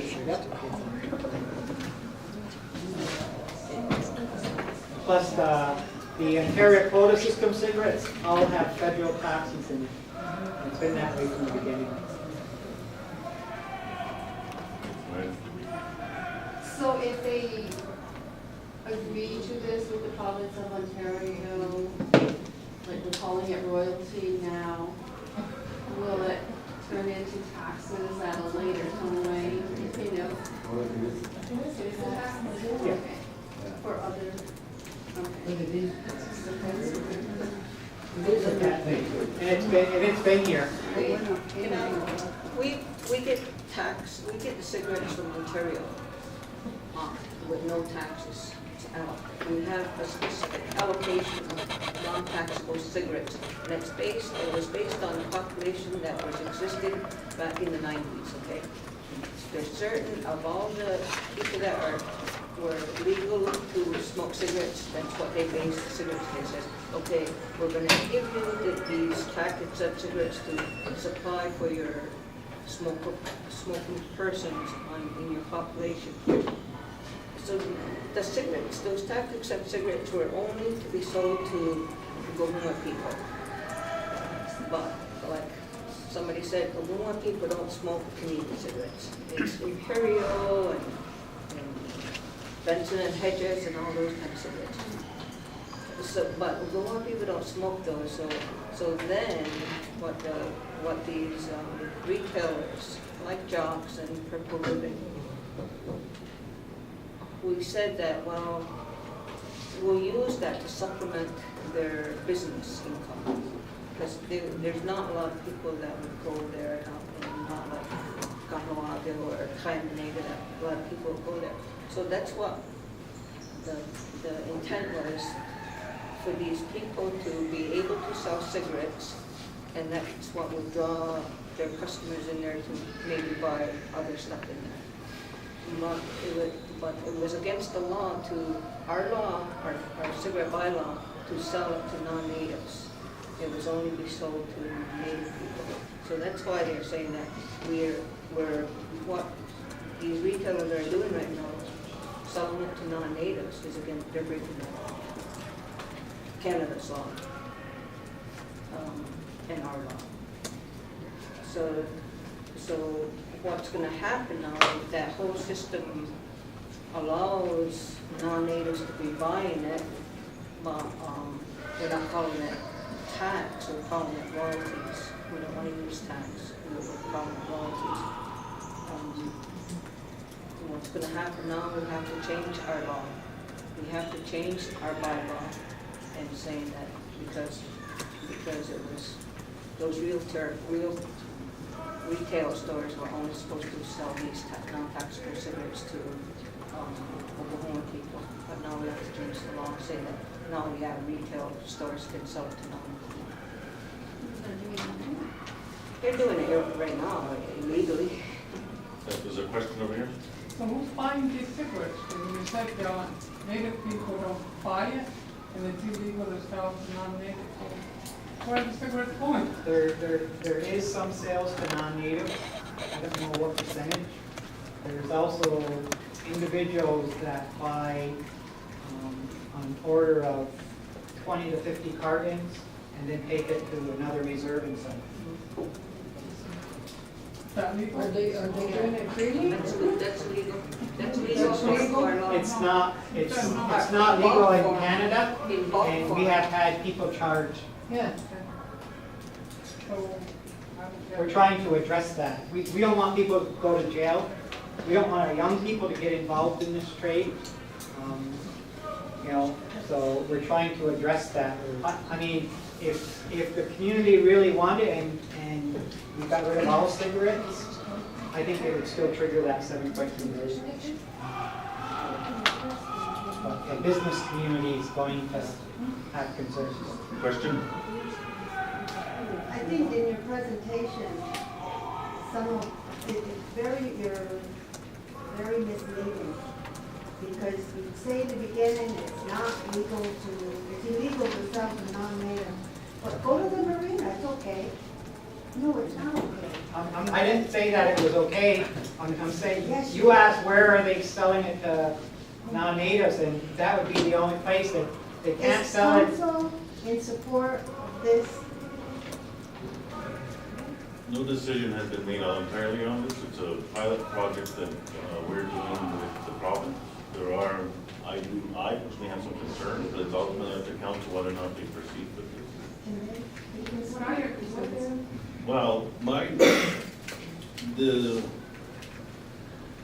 province is supporting us developing a law, right? So they're supporting us developing a law that would regulate all tobacco products, including those products that are not made in the territory. So the cigarette smuggling that has occurred here, most cigarettes have come from the American portion, right? And they flow through here and end up into the Canadian economy. The province's interest is in getting a grip on those type of cigarettes, right? In our community, they're made over there. In other communities, they're made on their territory and sold off. Those are the products that the province is interested in, because that's where the $500 million or $500 million or $500 billion is being lost to the province in those manufactured products. So here we don't have any of those things happening, but they are happening across the river. So when you enact a law to regulate a business in your jurisdiction, that includes products coming into your jurisdiction. Meaning those products in the United States, we would be required to regulate that also. We haven't given a lot of thought about how that's going to look. That would mean we'd have to work with the tribe to understand who they license to manufacture. And when those products end up over here, we have to ensure that we levy a fee on them, right? So then that comes enforcement, right? So now we're spending money on all kinds of enforcement to ensure we comply with our law, right? The other thing is I've told this to council, I'm concerned that province is exerting a bit more jurisdiction over our territory than they have. And kind of saying, we'll work with you to regulate it, but you do this in exchange. And the other issue that I see is the precedent.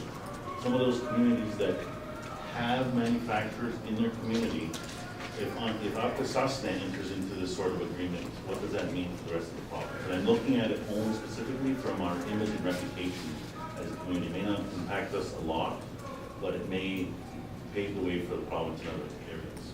There's no doubt that we have a tough economy here.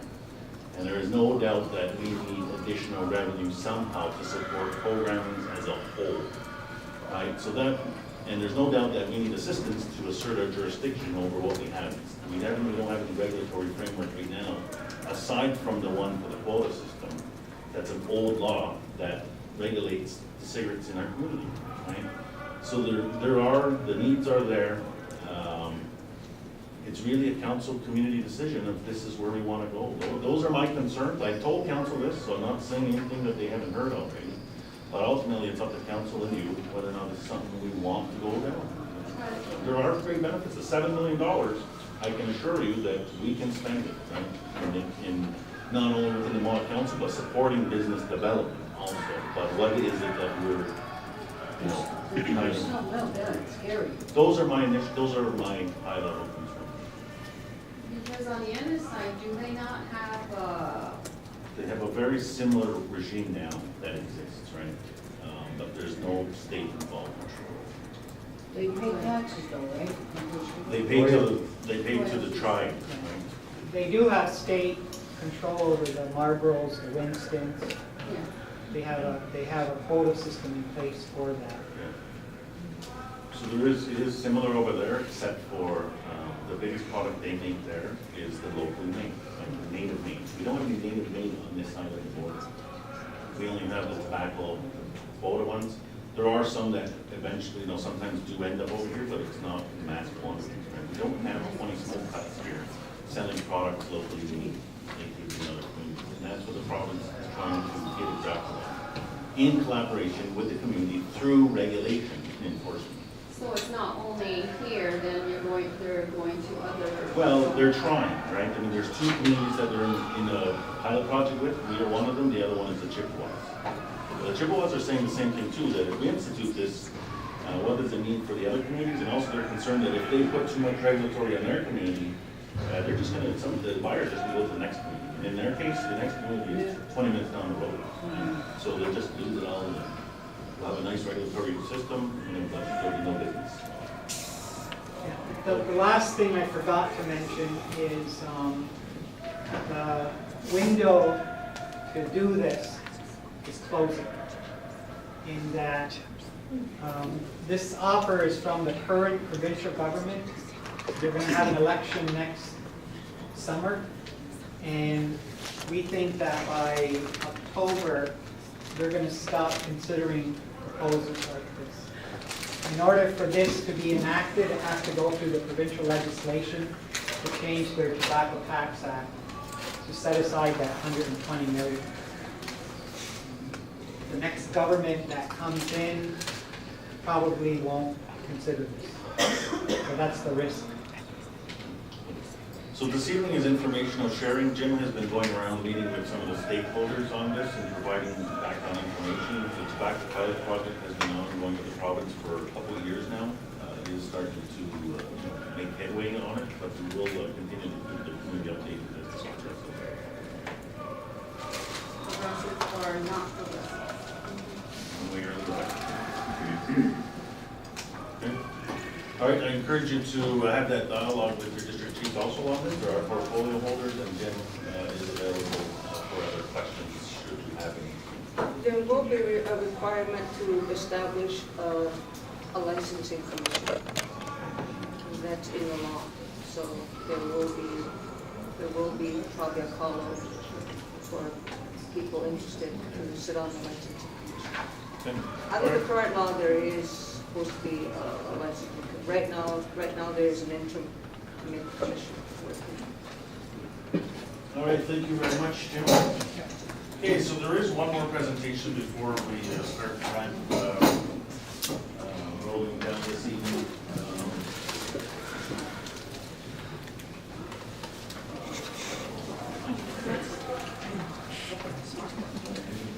There we go.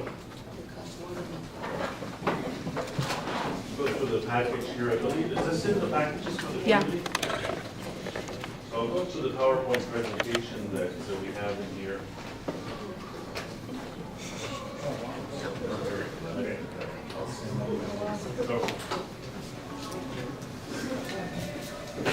So the Mohawk Council of Consultation is part of the Chiefs of Ontario. The Chiefs of Ontario is a regional advocacy body that represents the 134 communities in Ontario. Part of the Chiefs of Ontario is a sovereign wealth committee, which I'm part of. There's a proposal that has been put forward to all of the communities in Ontario through the Chiefs of Ontario, and we wanted to provide what this proposal is to. So the Chiefs of Ontario, as I just mentioned, is the advocacy body that represents the 133 communities in Ontario, which we are one of them. Off the fancy board here.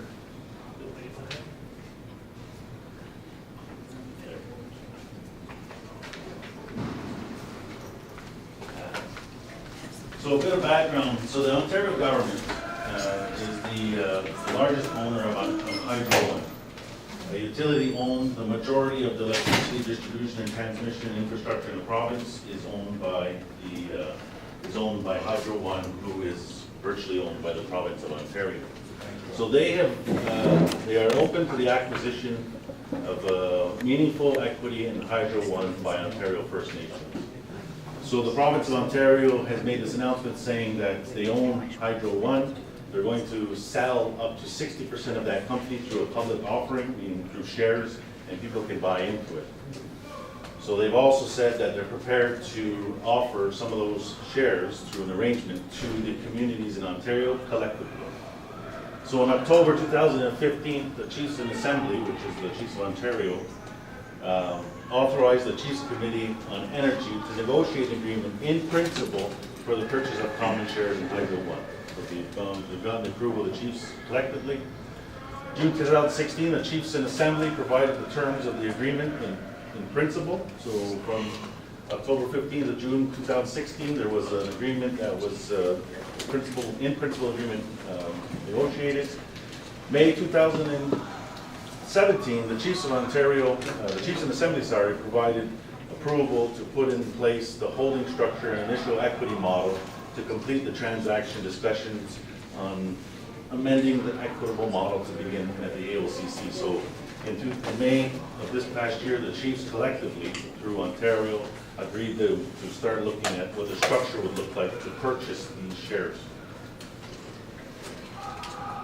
So, what are the key financial terms of this deal?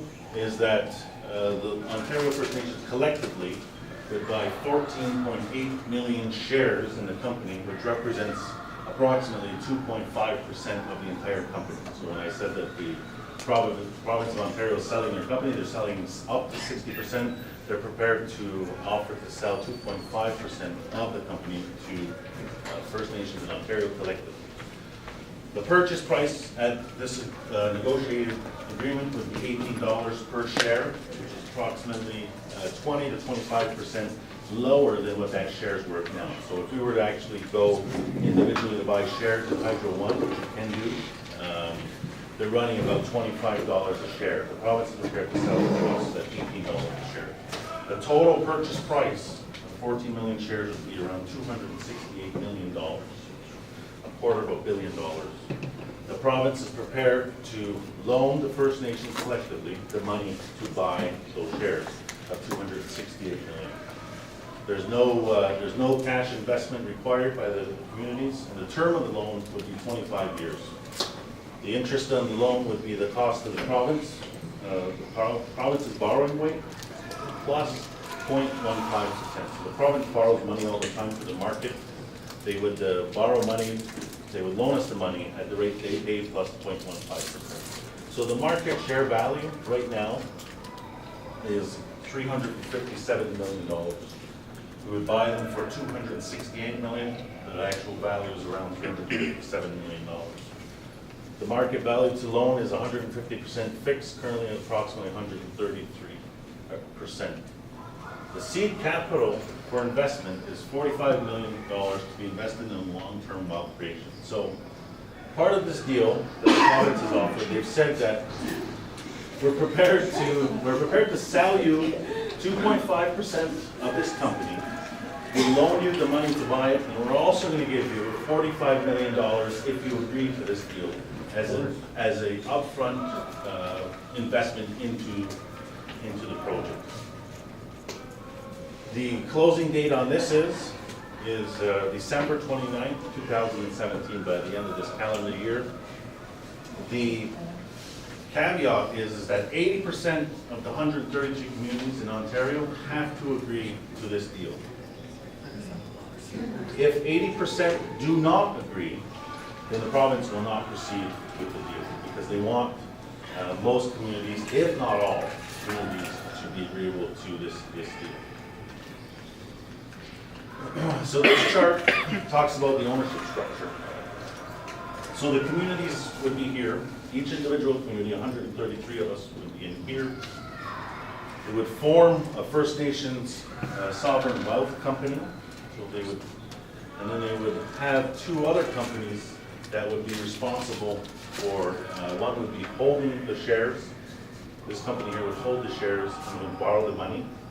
And this company would manage the money that is made off of the investment or off of the purchase.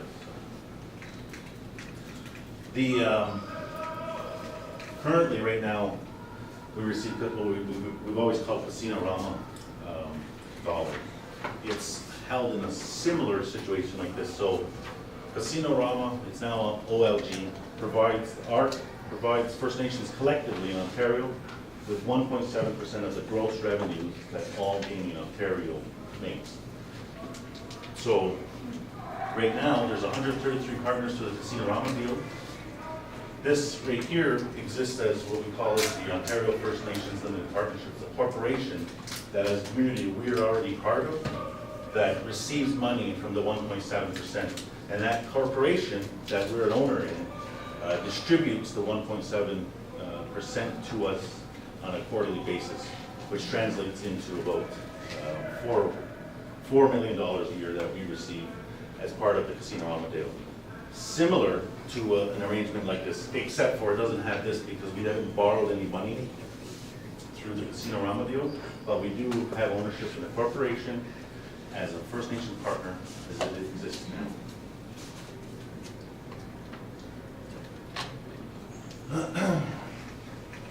So the Chiefs on Energy, the Hydro One shares have conducted their due diligence for the Phase 2 process and recommended the following.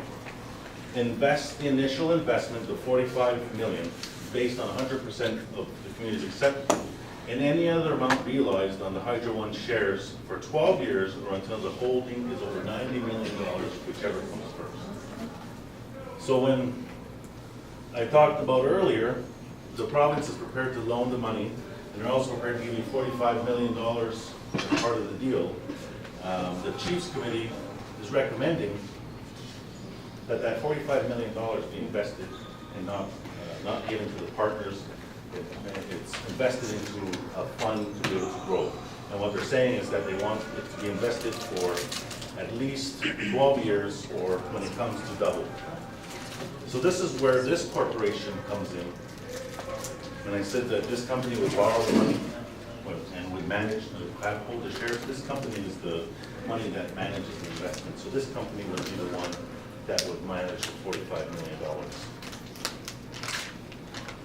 The other recommendation that they're making is adopt a governance structure similar to that of the OFNLP, which is the Casino Rama, which I've said already exists, and adopt an OFNLP equity formula in the interim. So how it works now is that we are partners in a corporation that receives money from the government for all of the revenues for Casino Rama. That corporation then distributes that money to all of the 133 communities based on a formula. That's why, as opposition, we are the second largest community in Canada, and the second largest in Ontario. We receive the second largest chunk of money from Casino-Rama. It's based on, the base of the formula is based on how many members you have. And we have a lot of members. And then there's some other factors in there. So what the Chiefs Committee is recommending is that for the interim, we adopt the same formula for the monies that will be generated through this deal. The same formula that the Casino-Rama uses.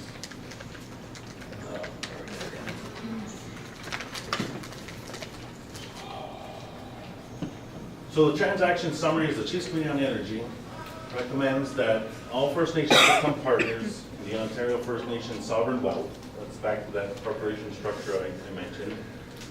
The sovereign wealth is an opportunity, is beneficial for the following reasons. There is no cash investment by our community to become part of this.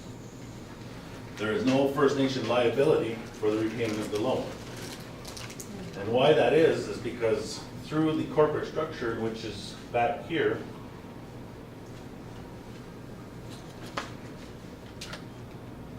we're protected. If for some reason we borrow the money, buy the shares, and say the market goes bad, and the province calls their loan, they want their money back, they'll end up just taking the shares, and any losses will be a loss to this company. It won't be a loss, sorry, it'll be a loss to this company here, which will end up being a loss to this company, but we are over here. So through the corporate structures that the Chiefs of Ontario is recommending, that's what it is. There is no liability risk to us because of the corporate structures that are being proposed.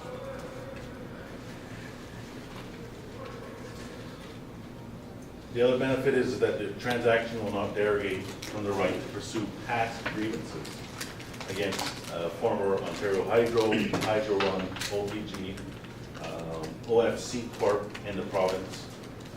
Based on the sovereign wealth creation mandate discussion below, this transaction can provide long-term wealth creation for future generations of First Nations. So what are the next steps? Is becoming a partner in the First Nation, becoming a First Nation partner in the Ontario First Nation Sovereign Wealth.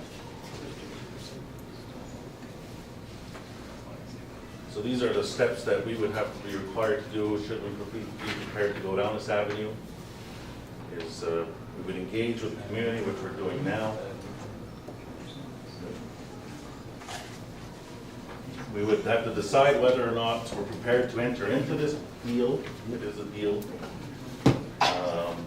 And also then, if we are prepared, council would pass a resolution saying that we're committed to enter into this program, and then some documentation would have to be provided to the Chiefs of Ontario and then to the committee by the end of the month. So right now, back to that corporate structure there's been talks of who would be on that board because there are corporations that need people to oversee it. These are the political territorial organizations in the province. These groups represent communities. So there's communities that are part of groups, and these groups are part of the Chiefs of Ontario. Grand Council Treaty 3, Anishinaabe, Aski Nation, Union of Ontario Indians, Association of Iroquois and Allied Indian, and the Independent First Nations and affiliates. These are the groups. So they would identify representatives to sit on this board to represent all of the communities. So these are just some timelines on the closing of this proposal. There's engagement sessions going on now. There's some documentation. This is kind of internal. So this is another bit of a timeline here is that the consultations are happening now. These packages are being sent out. There's a partner package submissions.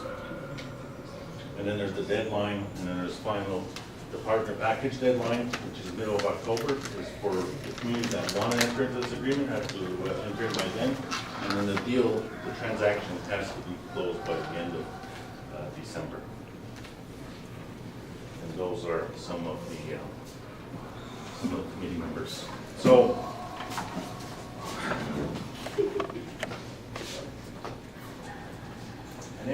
say, well, this looks like a really good deal. What does that mean, right? What are we giving up?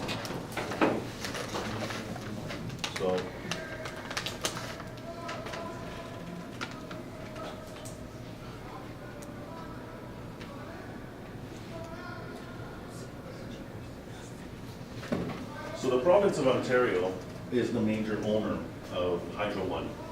And the province of Ontario is in pretty rough financial shape.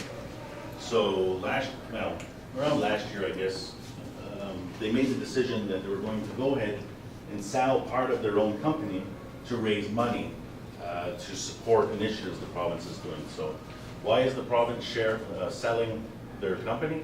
Because they need the money. And what has happened is that the province, being a crown corporate, or the representative of the crown, has an obligation to consult with the First Nations on issues that adversely affect them.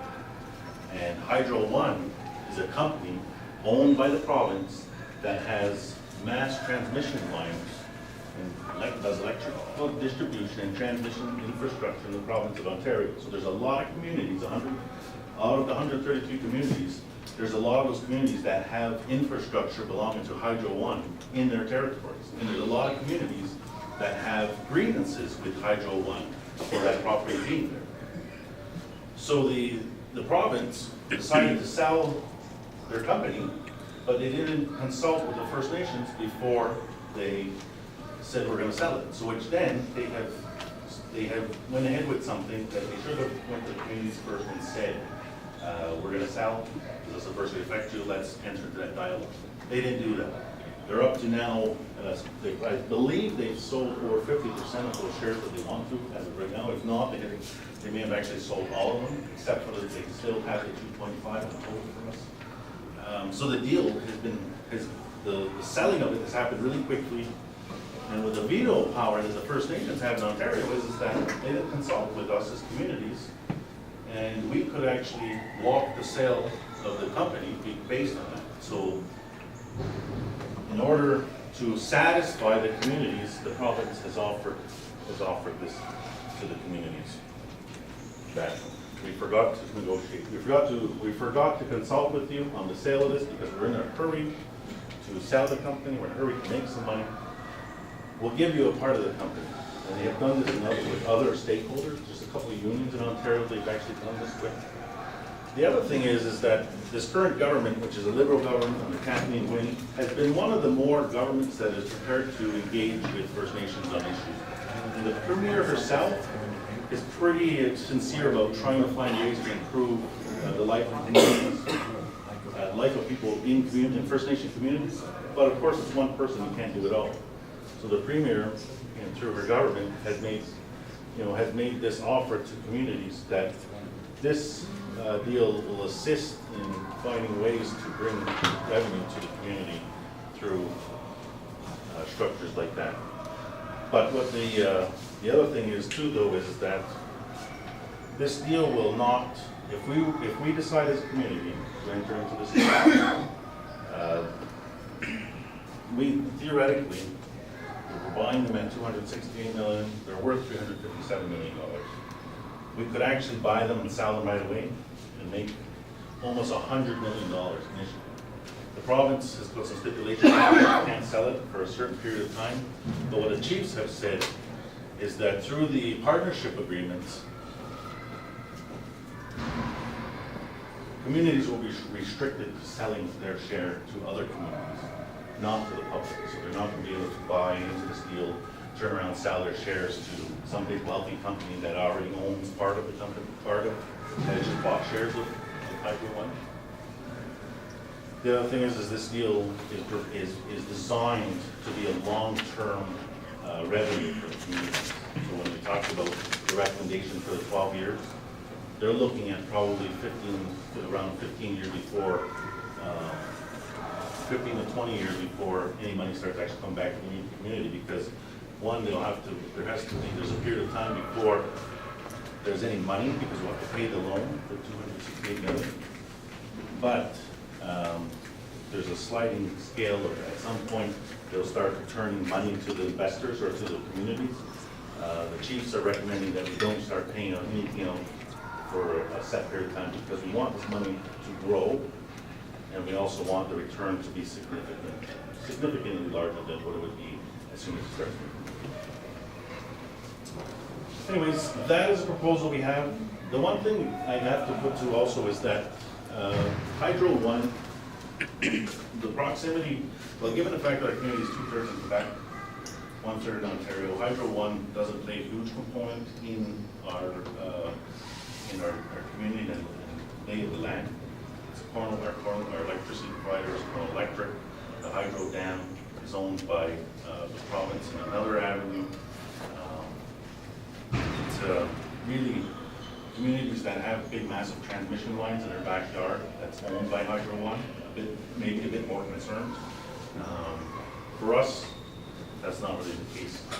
And I'll tell you, the other thing is that we struggle with politically, and as a region, is that through the current structure with the Casino Ramo Fund, which is similar to what's being proposed, we get, like I mentioned earlier, the second largest payment of all communities in Ontario. And there's a lot of other communities that don't like that. Six Nations gets about 8 million, we get about 4 million, and then Tanzania and Wata and Oneida are some of the bigger ones, but not near the size of us. There's always been a concern that if we start talking about what that distribution of the profits would be, that they would want to start revisiting that population piece. That is why, if we enter into this, one of the recommendations is that we still continue to use the OFNLP formula. Because we don't want to reinvent the wheel. There already is a formula that exists for distribution of profits through the casino law. Any questions? Meaning that it's not gonna interfere with the 3 districts? It stay as is? No, there wouldn't be any. The point of the meeting is that the Ontario Hydro has no presence in our community. Maybe in our traditional territory outside of Cornwall, but they're not our provider, right? So if it was, say, the dam trying to sell, it's right there, right? So there'd be more concerns. It's not, because the understanding is that if we enter into the deal, we're waiving our right to stop only the sale part, just the sale part, not if there's ongoing talks with communities for the presence of Hydro One equipment, if there's ongoing litigation, that's not affected. The only thing that communities are giving up is their right to sue to stop the sale component only. And that's why I said, why is the province doing this? Because they forgot to consult, they've already rolled it out, and now, so in lieu of not consulting with you, we're prepared to offer 2.5% of the community, of the company through a loan structure. So is that a fair? From what we've seen, yes. And we feel a bit skeptical about it, because when does, $250 million in shares drop on your lap? But I think that the politics is there, right? The province needs to sell the company, which they've done. They need to not have it stopped by First Nations. And the province is genuinely, at the political level, trying their best to address First Nation needs. And that's why, the project that Jim presented on is coming to, because the province is trying to find ways to provide for communities. Wasn't Hydro One in trouble? Yeah, there's been some issues around it. But again, through the governance structure that's being proposed, if the shares end up with a value of 0, and we still own shares in it, the liability to our community is 0 because of the corporate structure that exists. And there was a question at the last general meeting about the revenue, about the money. So whether or not, through this structure, are we going to be taxed? And there is, that was provided, we discussed with the lawyers, and the answer was that it wouldn't be taxed, the revenue wouldn't be taxed because of the way the corporate structure is here. So the beneficiaries, our communities, were not taxed. How do you think you answer from the community? Are you going to have a referendum or? At this point, we haven't determined that yet. We are on tight timelines. I don't think a referendum, we will go to a referendum on this. It's really about whether or not we get any strong opposition. When we entered into the Casino-Rama, we didn't do a referendum.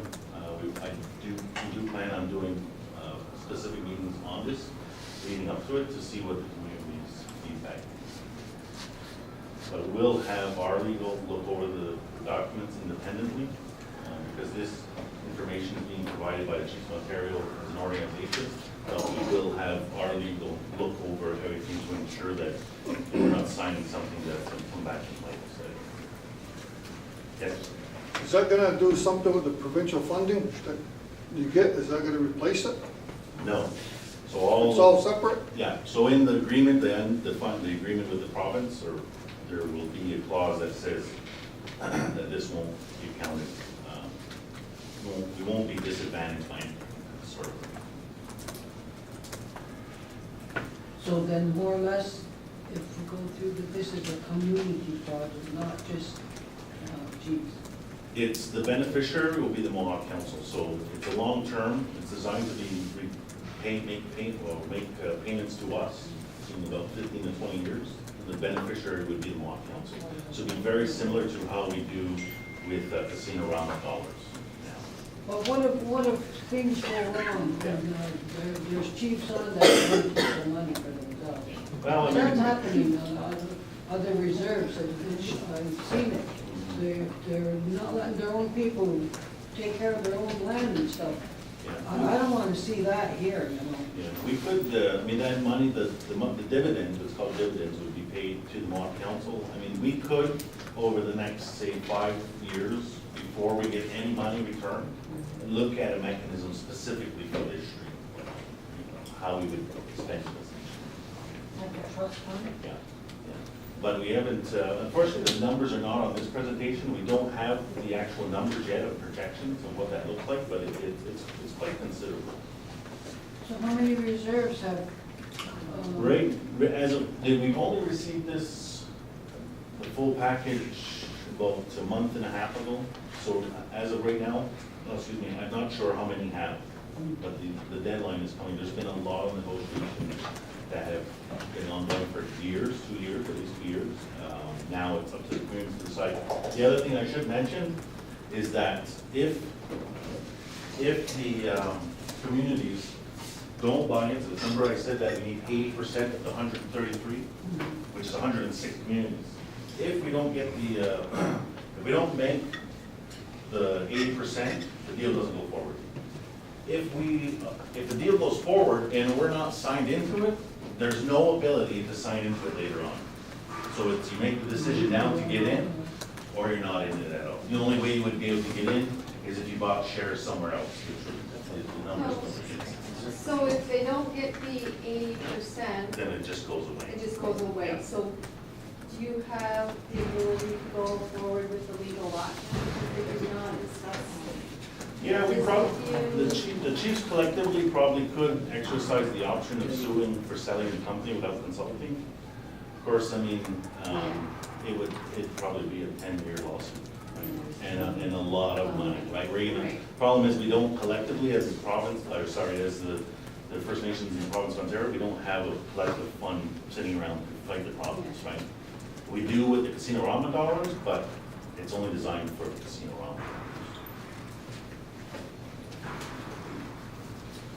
All right, so we will have a meeting specifically on this to go through it a bit more in detail.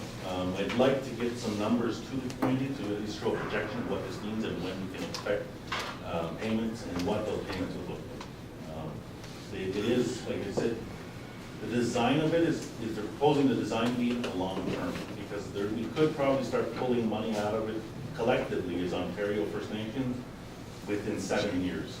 But they don't want to do that because we want to design this so it's for the future.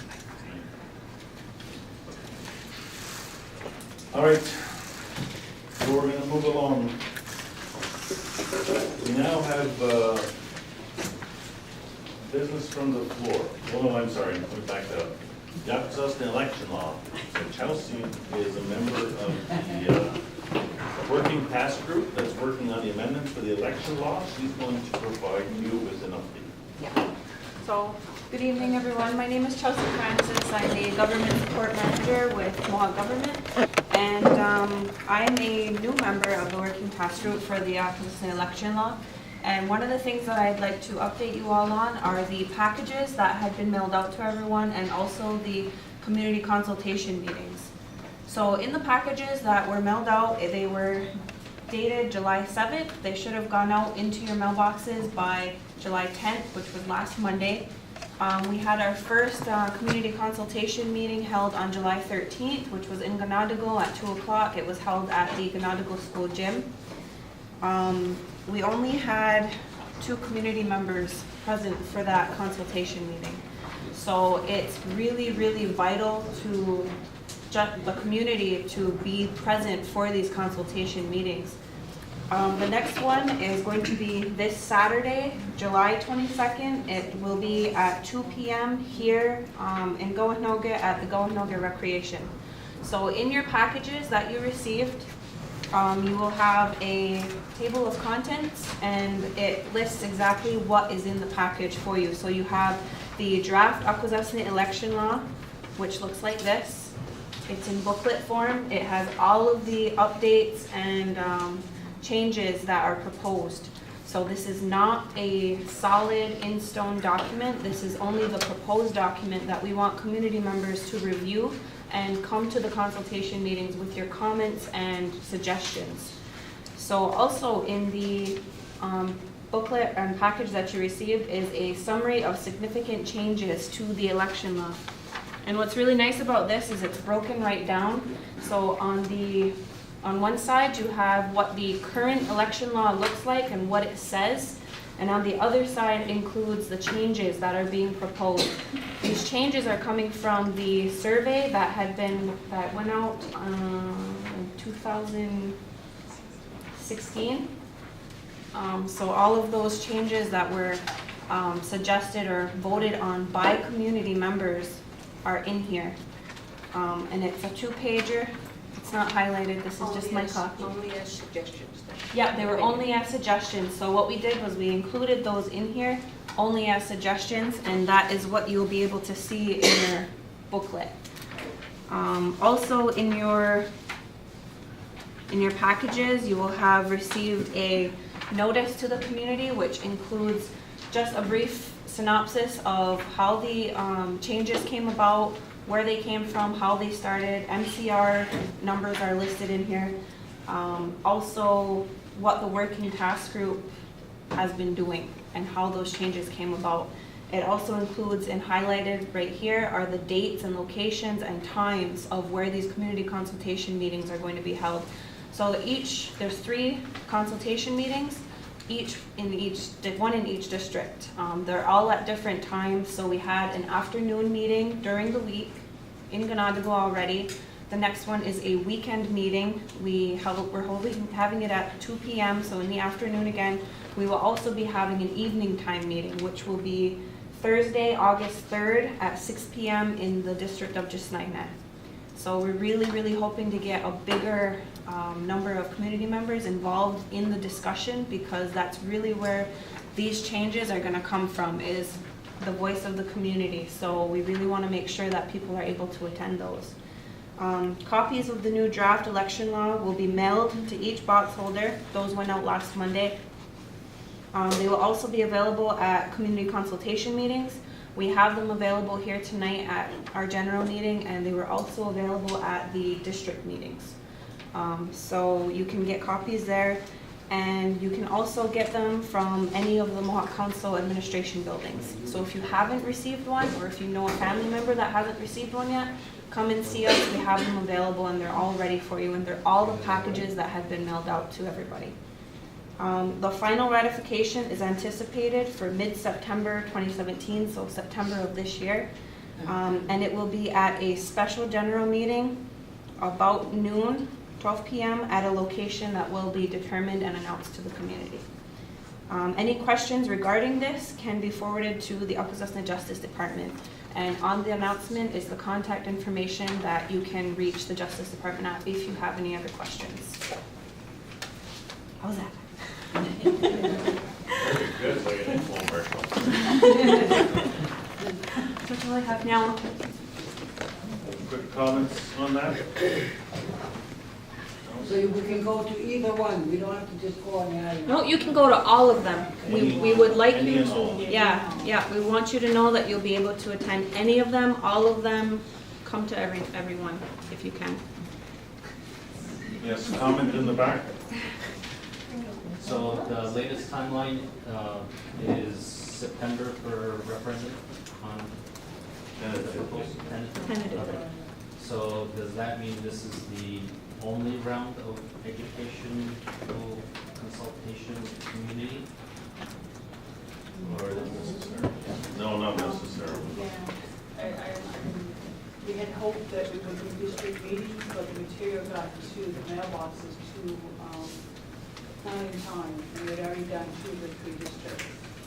So we're hoping, we're anticipating that we will do the district meetings in August, specifically on the law, the election law. And when the election law first came into effect in the 80s, do you recall what percentage of the eligible voters was involved with that? And it was originally passed? 88? 88%? That's when we opted out of the Indian Act. Yeah. Yeah, it was a door-to-door survey, and I'm gonna say there was 800 people that were surveyed, whether they said yes or no. But then the other evidence that they presented to Indian Affairs, saying that the majority of the eligible voters agreed to this. Because we only had 800, roughly around over 800 people, we got a letter from the Mohawk Nation saying that they would like to opt out of the Indian Act, how to run elections, and that they supported the opting out. And that's, so Indian Affairs took that letter, qualified them to be reaching the threshold. Okay. And with that, what was the actual numbers that were consulted on the survey? The 2016 survey? I don't have it with me. It's around 300. Around 300. Okay, and the margin of error? 5%. It's a common question.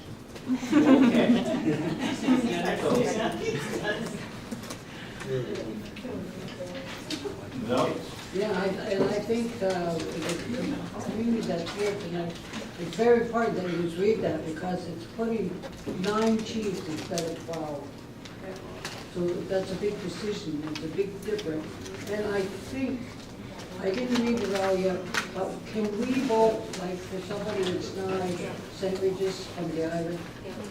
It can be anywhere in That's the what's whole. proposed, that's what's proposed. Yeah. This one right now, that nominations will happen in the district. Only people from the district can nominate for candidates from their district. But the voters at large will vote for each representation from each district, for each district. You got me confused. I can read it. Yeah, please. So the section that you're talking about is, I think it says 6. So the original document, the one that's current right now, says the 4 candidates receiving the highest number of votes in a district for the position of district chief shall be declared elected. So that's the district-only voting.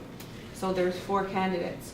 The new proposed document is going to say the candidates for the positions of 9 district chiefs receiving the highest number of votes from all 3 districts shall be declared elected. So that's the voting at large aspect. Yeah. So they'll only be nominated from their district, but all of the districts will have a say in who gets elected. Oh. Yeah, does that make more sense? Yeah. So Okay. whenever you go to the polling station, you're gonna have a ballot to select the grand chief, and then you're gonna have a ballot to select representatives for Gonoga, and another ballot for representatives for Ganadagu, and another ballot for Disneyland When, on the voting day? on voting day. The premises are just, you have the ability to vote for other district chiefs from other districts, right? It's being, not nominate, only vote. They're nominated by their district, but they're voted by everybody at large. So the changes are, there are some pretty significant fundamental changes. It's not a all or none approach either, right? It's based on what the community says. We can end up with only one change, we can end up with 2 changes, we can end up with 3 changes. It's not a take all or nothing approach, right? So there's the minimum requirements for chiefs with the education. There's a minimum that you have to have a clear criminal reference background. There's changing of the voting structure as well as the shrinking of council. Those are some of the 4 big fundamental changes. It's not a take it all or leave it. People are believing that this is it and you either accept it or you don't. It's based on what people say, that those 4 may change. We may end up with 5 or 6, we may end up with 1, right? Or we may end up with nothing, right? But it's just important for people to know that it's not a take all for people. Those are the changes that have been based on the surveys that were the most prevalent areas that people wanted to see changes in, that have been incorporated in. So then in all the previous meetings for this, all the community's comments will be given to A working the group. next Yeah. meeting? So like based- to the next community meeting? Because sometimes you hear something from someone else and it triggers something, you know, Yeah. we Yeah. can share. So through the consultation, the committee will be sharing what they've heard unofficially, and the document that's been changed based on what you said will be presented back. At that time, it's ultimately up to the committee if they're going to do another round of consultation, or they'll end up just taking that document to the community for acceptance.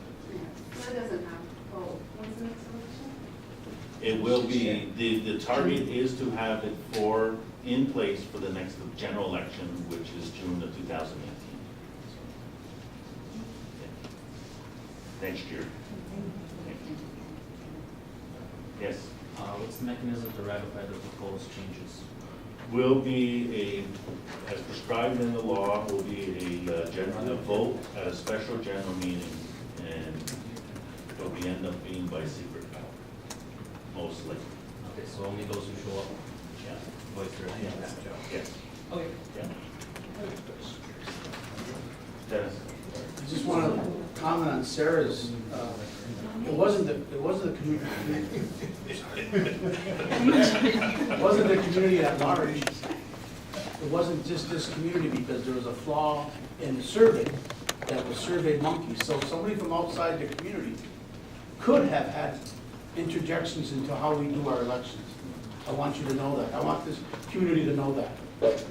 That it was a Survey Monkey that was open to anybody. If you lived in Zimbabwe, you could write whatever you wanted. And it would come to this, and that's how that committee made up those decisions. So it wasn't the community at large. I want you to know that. Secondly, these recommendations that are coming out are by the work task group, and they're not written in stone. Council has not ratified them, council has not approved them. It's up to you as the people to make those changes. It's very important to understand that. So I just wanted to clarify that community comment that you made, it wasn't restricted just to acquisition. And it's very important to know that going into these acquisition election law meetings. And like I said to council, and people may laugh at it, but Russia interfered with US, people can interfere with this the way they, with the Survey Monkey, that don't belong to this community. Yeah, so we have a couple of things. We've received a lot of scrutiny of how we're amending it, because how close we are to it. But the problem is that the process in which we use to amend it is what's prescribed in the existing law. So we use approval processes. council has to form a committee to amend the law, and then council has to approve what goes out to the community for consideration, which fundamentally, in my mind, and council, I believe agrees with this, is flawed. But that's what we have to work with. With the amendment process we're using is what says in the law. Ideally, we should be way far away, right? The comments about the survey, he's absolutely right, anybody could have. That's why the committee only took those survey results as an indication of what the community's thinking. And there were a number of areas that were really close that they didn't take upon to make amendments because it was too close to tell, right? So they took the ones that were pretty obvious and put them forward. But again, it's up to the community, right? And it's not take it all or leave it, right? And in fact, through the consultation, there could be an area that is not even listed or considered that may end up in the end document, right? So we could expand it to, 15 if we want, or we could shrink it to 6, based on what the community's saying, has to be ratified. I just want to make note too that the consultation session that we had on the 13th of July at Penobscot School was taped. And I'm wondering if that's going to be on our website. Yep. Yeah, so we've done that so that we can put that out there for the community to see as they're preparing to go to the next session. Or they're looking to see what the rest of the folks are thinking about when they're going to these meetings. And then the discussion we had during the session. It went 2 hours, was good discussion. But yeah, it's not written in stone. It was accepted in principle to be able to provide something to you to look at. And we need your input. And that's what we're asking for. All right, any further questions on that? Okay, thank you, Chelsea, for the update on behalf of the committee. Okay, so now we are at the business from the floor section. Is there anything that anybody would like to? Yes. I would appreciate it whenever you have another meeting, general meeting, where, that we don't have it here. Oh, it's a call. It's disruptive for them. He's hollering out there to the kids and whatnot, and he's doing his job.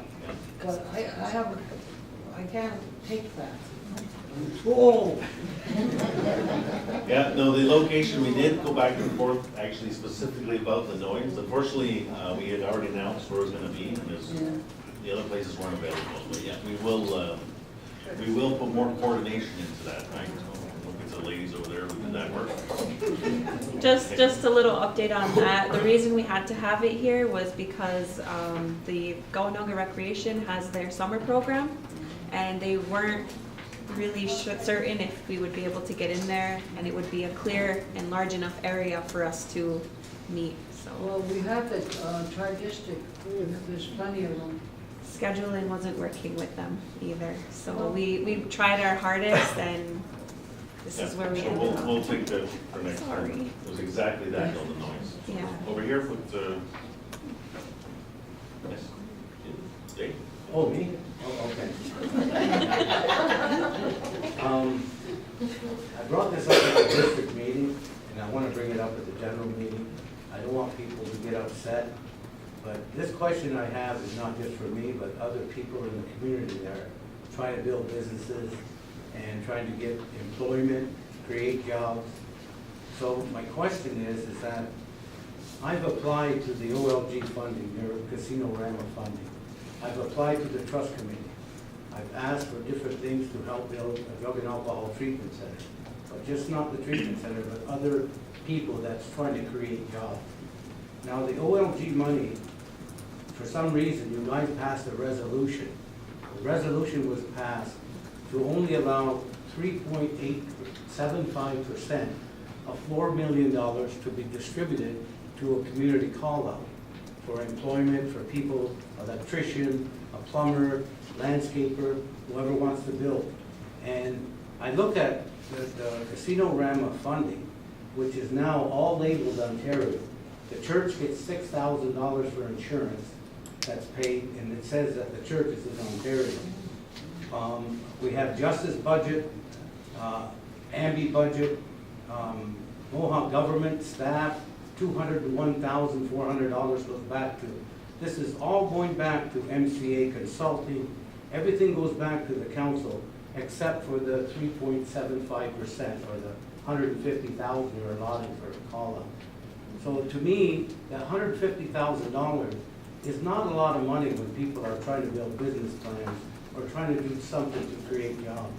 I know you guys take care of yourselves through programming and trying to keep everything afloat, but you know, there is a lot of people out there that do have to pay money out of their pocket to apply for these applications, that have to put in their proposal, and, you know, they get extra writing, not just fill out the application, but they also add more to it.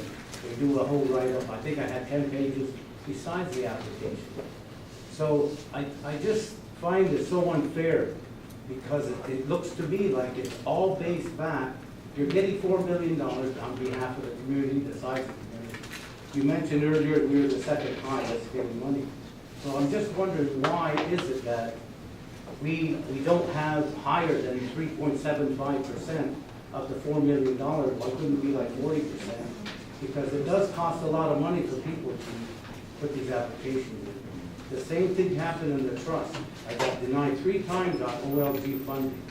And I've got denied twice on the community, for $1.4 million this year for the community call-out. And you know, I noticed on a lot of these that the money's all allotted back to the council and their program. I don't see like $10,000 given to an electrical company, or someone trying to start up a plumbing business, or like I say, landscaping and everything else. Why is that? Why is it only based on your resolution? Who made the decision like $150,000 out of $1 million? That's all we're gonna allow. Now that was passed through a resolution that I got, asked for at the council. Is there a reason why you're only allowing $150,000 for all businesses, like to access this? Is there a reason why it wouldn't be a little more, or consider good proposals? Because I don't see anything outside the council. And the trust is the same thing. I have a list of all the things with the OLG. I have communication staff, Mohawk government staff, AMBI, Mohawk language, the church, Seaway Claim, $777,000. And then you go to the community trust, you've got MCA heating program, economic development, Department of Tech Services, Mohawk Board of Education. Everything goes back to the council. I don't see anything in the 1.4 million that says, well, we help this business, we help that business, so they can create jobs. There's a lot of people, entrepreneurs outside the bubble. They have good ideas, but they need help. And a business plan, some of them cost like $25,000, 20 grand, whatever you need, but it doesn't seem to be helping the community. So I don't want anybody to get upset over this. I just want kind of the community to know that we're trying. But I just don't understand why you just left it at 3.75%, $150,000 out of $4 million. Was there a reason you came up with that number?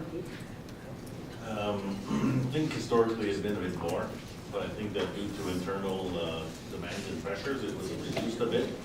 The numbers are set essentially by council, where they want, in consultation with administration, in consultation with the finance department, as to what numbers should reflect what. You know, a lot of people that come to me and they ask me, I said, why don't you apply? Well, I want to start this business. I said, why don't you apply? It's announced on the radio. Why should I? That's all Mohawk Council. They're not going to give us no money. Yeah. You know, that's the attitude of this. You know, so the other thing to consider that is if you do increase it, it's still awarded by committee, right? Yeah. So it's not even in council's purview to determine how much. So was it worth even applying in April? Because all the write-up I have is all back to the council. Both the decision made at the end of the day is that everything was transferred back to the program for something with MCA. I don't see nothing on the outline of this or the OLG funding where I see a business that they actually helped start up. So I'm wondering, is it just a waste of time doing that application? Because you know that all they're gonna do is apply and they're not gonna get, they're just gonna get denied. So it's a waste of time. And a lot of this stuff, remember, is out-of-pocket money.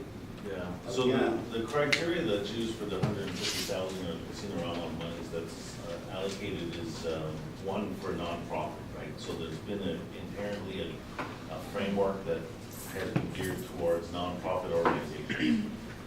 And those nonprofits traditionally have been sports groups, some of the recreational groups that we have around that have applied for that money. So, you know, bringing a nonprofit business venture is a bit out of what they normally have, but not, it could be something that they could consider. That's why It they didn't help me, they because I'm a make- registered they make it- non-for-profit.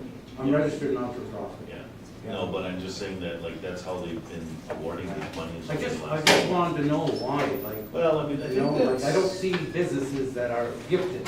Yeah. Get granted a little bit of money to help. Well, I mean, I wouldn't go too far in that. There is some funding that's available through the provinces that we assist our businesses to get. So, I mean, like, Quebec, the AEDF fund, right, is a matching grant. That money is up to, I think we actually lifted the cap on it, a few $100,000. As long as you match it, they give you a grant for the equal amount, right? Yeah, So of course. that money wouldn't be available to a sports group trying to operate at the same time, right? So the Soaring Eagles or the Bantams, they can't apply to this matching grant fund and get money out of it. So, I mean, there is a bit of a trade-off. We do try to, through Dale de Nuevo, try to assist businesses or, you know, startups to find external funding for these programs. Whereas, you know, our sports groups and, you know, associations or societies, they just end up doing fundraising, right? So it is a bit of a, almost apples and oranges, but not all entirely. But your comment about how much you put there, it's ultimately up to council. If council wants to raise it, they can, but you know, it's a Peter Paul theory too, right? We put another $150,000 in there. It's $150,000 that we have to find from somewhere to put somewhere else, right? Well, it's hard because I was a non-for-profit registered organization. The White Pine Union Lodge is a non-for-profit. I registered it, I have a board of directors. I filled out, I even filed through CKON radio station. They allotted me, the highest they could go was $750. That's what they gave me. And I wrote them a nice letter and appreciate everything else. Somebody else applied for a fishing derby, got $2,500. You know what I mean? So I don't know how you. Well, it's the same thing with the committee too, though, right? I mean. But this is not OLG and not the community trust. Is that not for part of it for the community? I mean, Yeah. I just don't see enough Well, I mean, business that help. Arguably, the services we provide, garbage collection, you know, the services we provide as an organization is to the collective too, right? So Yeah, but the that's government's been funding that for a long time. not at all. Well, what happens is with the OLG money, it's used for areas that the government's not funding. So in other words, if it's gonna be like that, it doesn't really pay for someone, because there's a lot of work to be done. And if you're gonna get Well, behind. I think that going forward, it's something for us to look at, different areas, maybe not the increase in that, but to find another fund, right, to be able to support things like that. You have, but you have the say on top of the committee? Us as council? Yeah. No. When it goes to the OLG committee or the. Yeah. So does it go through you guys No. at the end of the day? No. Or does the committee make The that? committee makes decision? those makes those. I just find it's unfair. I brought that up at the district meeting too. I just find it's not a fair system for people trying to create jobs. Yeah. No, we'll we can take that into consideration for the next budgeting cycle to increase it, but again, it's up to the committee also. And I just wanted to make a comment to Dennis and to Karen. I did look into that government. We had a meeting today. I called the government. And what happened with the government is Joanne Claxton was out, but I called the assistant. And what happened, the sponsoring agent, what it means is that if I don't have, I'm not registered. See, I am a registered non-for-profit, so I'm fine. So you're good to go? Yeah, I'm good to go. It's like if I wasn't registered and I need a sponsorship. See what I'm saying? So that's what the government explained to me today. Okay, thank you. Is there anything else that people want in the back that will go over here? Yeah. I have a disabled child who's autistic and with global developmental delay. He needs services and he needs ABA, IBI services, applied behavioral analysis. So it means to help him with life skills, how to be compatible, you know, how to associate and make friends and just have ability to be a self-sustaining young man. However, he does need speech, he does need occupational therapy, he needs sometimes physiotherapy, He is currently, I'm doing all this, I have to hire private therapist. I am currently at a max of trying to provide these services because I have to hire them privately. I have to find them within Ontario, gotta interview them and all this. So the private services can run anywhere, charge me anywhere from $45 an hour to $105 an hour. And this is coming out of my own pocket. What I'm running into problems with is Mohawk Council does not have a disability funding or anywhere that I can go to receive help. You know, sure they have special needs donation fund, maximum 500, but we can only access that once a year. Mohawk Council donation fund, only access it once a year, 500. So I'm currently, okay, I work for council, you know, I get a gross wage $2,000 a month.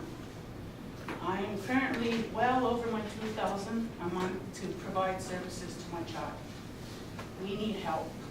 And anyway, we have, MCA is paying for his a waiver program at Family Support at the tribe. They pay the tribe $20,000, and his services that for that $20,000, he's only allowed to attend maybe a day and a half. We need 3 days, if not 5. Right now, it's Monday, Wednesday, and Fridays. They're saying that $20,000 that Mohawk Council provides to the tribe for our children, he's not the only one in our district, you know, within Mohawk Council that accesses that program. It's not money for them. Right now, they are considering cutting back. Or, you know, say, well, you know, somebody has to do something, turn the page on Mohawk Council and say, come on, please, bump it up a little bit more so that we, as parents, have at least this time where this program, what they do is they pick up my child at school who goes to a special needs classroom at Salmon River. They'll pick them up there at school and then they'll take them with them to the tribe, or they go to the mall, they go bowling. They do different activities to help them with socialization and, you know, just to get out there and teach them things. So that's 3 days out of the week, and then the latest we can get them is like 4 o'clock. So that does help us, but with the lack of money, the exchange rate's killing them. So they're saying, well, eventually we're gonna have to ask you, he's only gonna be able to come a day and a half. That helps us, so we don't have to pay for a babysitter, to put him on the bus, to get him off the bus, to watch him until we get done school. I have private therapists coming to my house now, you know, to help him, but like I said, it's costly. It's very costly, and on top of that, I pay for their toll. I pay for 4 women's toll, 3 times a week. I've written letters to them. No. So far, they won't give me a toll. They won't give me a bridge pass for my therapist to help my child.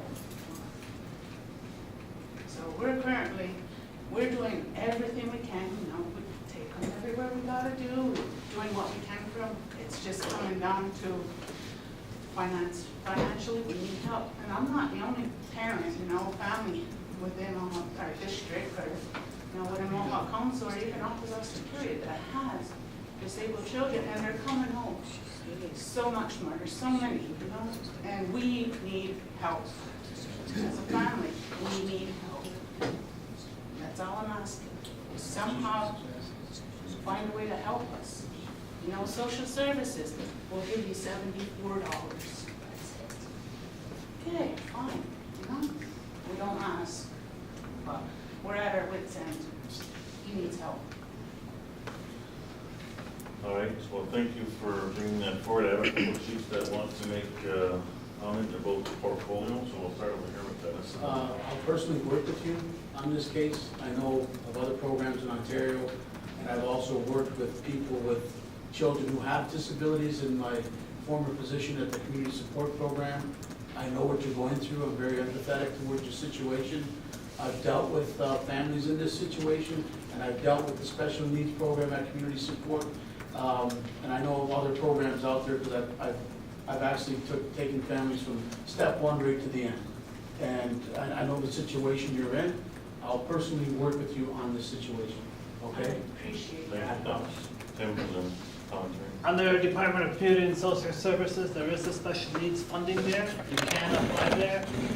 $20,000 that was given to the tribe or that they bill us for is not limited to, so there's still opportunities under the special needs to apply for that. There is an internal committee that works and reviews those, but it's not a long process to get a response because we get it out by email and we reply automatically. You can see the DCSS office, the secretary there, she'll provide you with the application. I got all that. I was just there just this morning, actually, down St. Bridget's, and that's what I was told, you know, there's only community special needs help, and that's what they said, fill out the application. I said, I did that, that's a $500 cap. They said, oh yeah, that's all you get, is $500, this is the application. We'll give you $74 to help you with your whatever household needs, because I've been out of work for going on almost 3 months now with no disability. So my finances for my savings is dwindling, so, you know, that, but, you know, everything, there's a cap, $500, you know, it's getting very frustrating when they always have, it's only $500 and you can only apply once a year. I think we're talking on the wrong. Maybe. There is money there for special needs. Yeah. And I will council put it aside, and there's an application process. So we might be talking about the wrong funding. Maybe, yeah. So we'll get one of the two portfolios to follow up with one. Thank you for bringing that to our attention, though. I mean, I think too, we should note to address that with the tribe, because this 20,000 to access services, we've been hearing that in different places too, about paying for that service and getting for that. It's a good service, you know, he's come a long way, they've helped us so much because we weren't able to take him shopping, you know? And that's very hectic when there's so much lights and people and noise and just chaos, you know? It's chaos for them. And when he has no language to express, you know, I can't handle it, you know, get me out. They've helped, you know, they've helped him, you know, say, hi, my name is so-and-so, can you help me please, you know, and taking them over and making them experience these things. So it has really been beneficial for him, but then for them to always say, oh, we're not getting enough, you know, you're not the only family, however, you know, so it's getting scary, it's stressful. It's taking a lot for me not to lay down and sob right now, but, you know, we need to bring this up because I have worked so tirelessly hard with Chio and also TC to get him his diagnosis. You know, I did all this work on my own. And I have a social worker in Cornwall through OCTC that's willing to help me collaborate in autism or this, you know, family support group here in Possessnet, or if we set up a system where, you know, we have to be able to access speech therapists, OT, occupational therapists. We need our own people, you know, here in Possessnet. We need our own facility because there are so many disabled children right now. And it's just more and more every year, you know, of all sorts. So it is a huge concern, and I thank you for your time. Yeah, no, absolutely. Thank you for sharing that, and we'll do our best to be able to meet with you. Yeah. Thank you. All right, is there anything else for this evening before we start wrapping up? Yes, over here. Mine is nowhere near these other numbers. I don't know how many of you chiefs know what's going on at my end of the island for the last year. That came to a head last week. There's a lot of loose animals down there, pit bulls, mastiffs.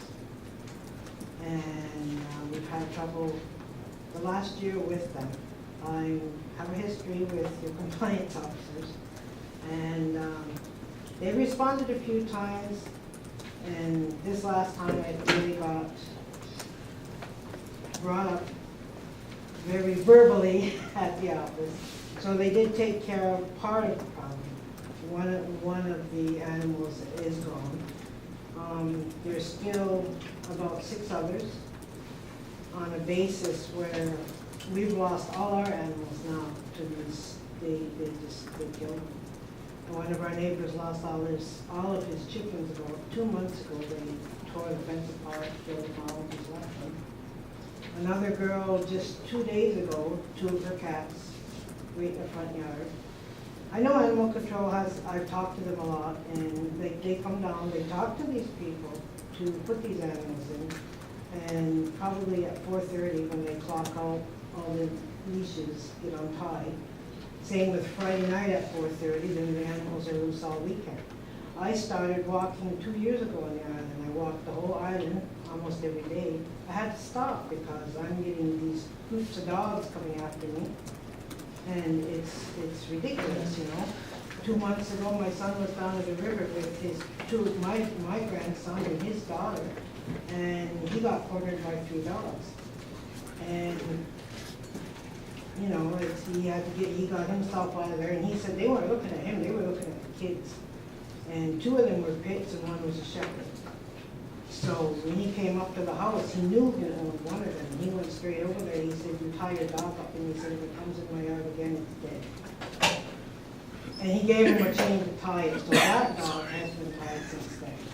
But there's still others. And like I said, I appreciate what compliance did, and they did get rid of one of the problem.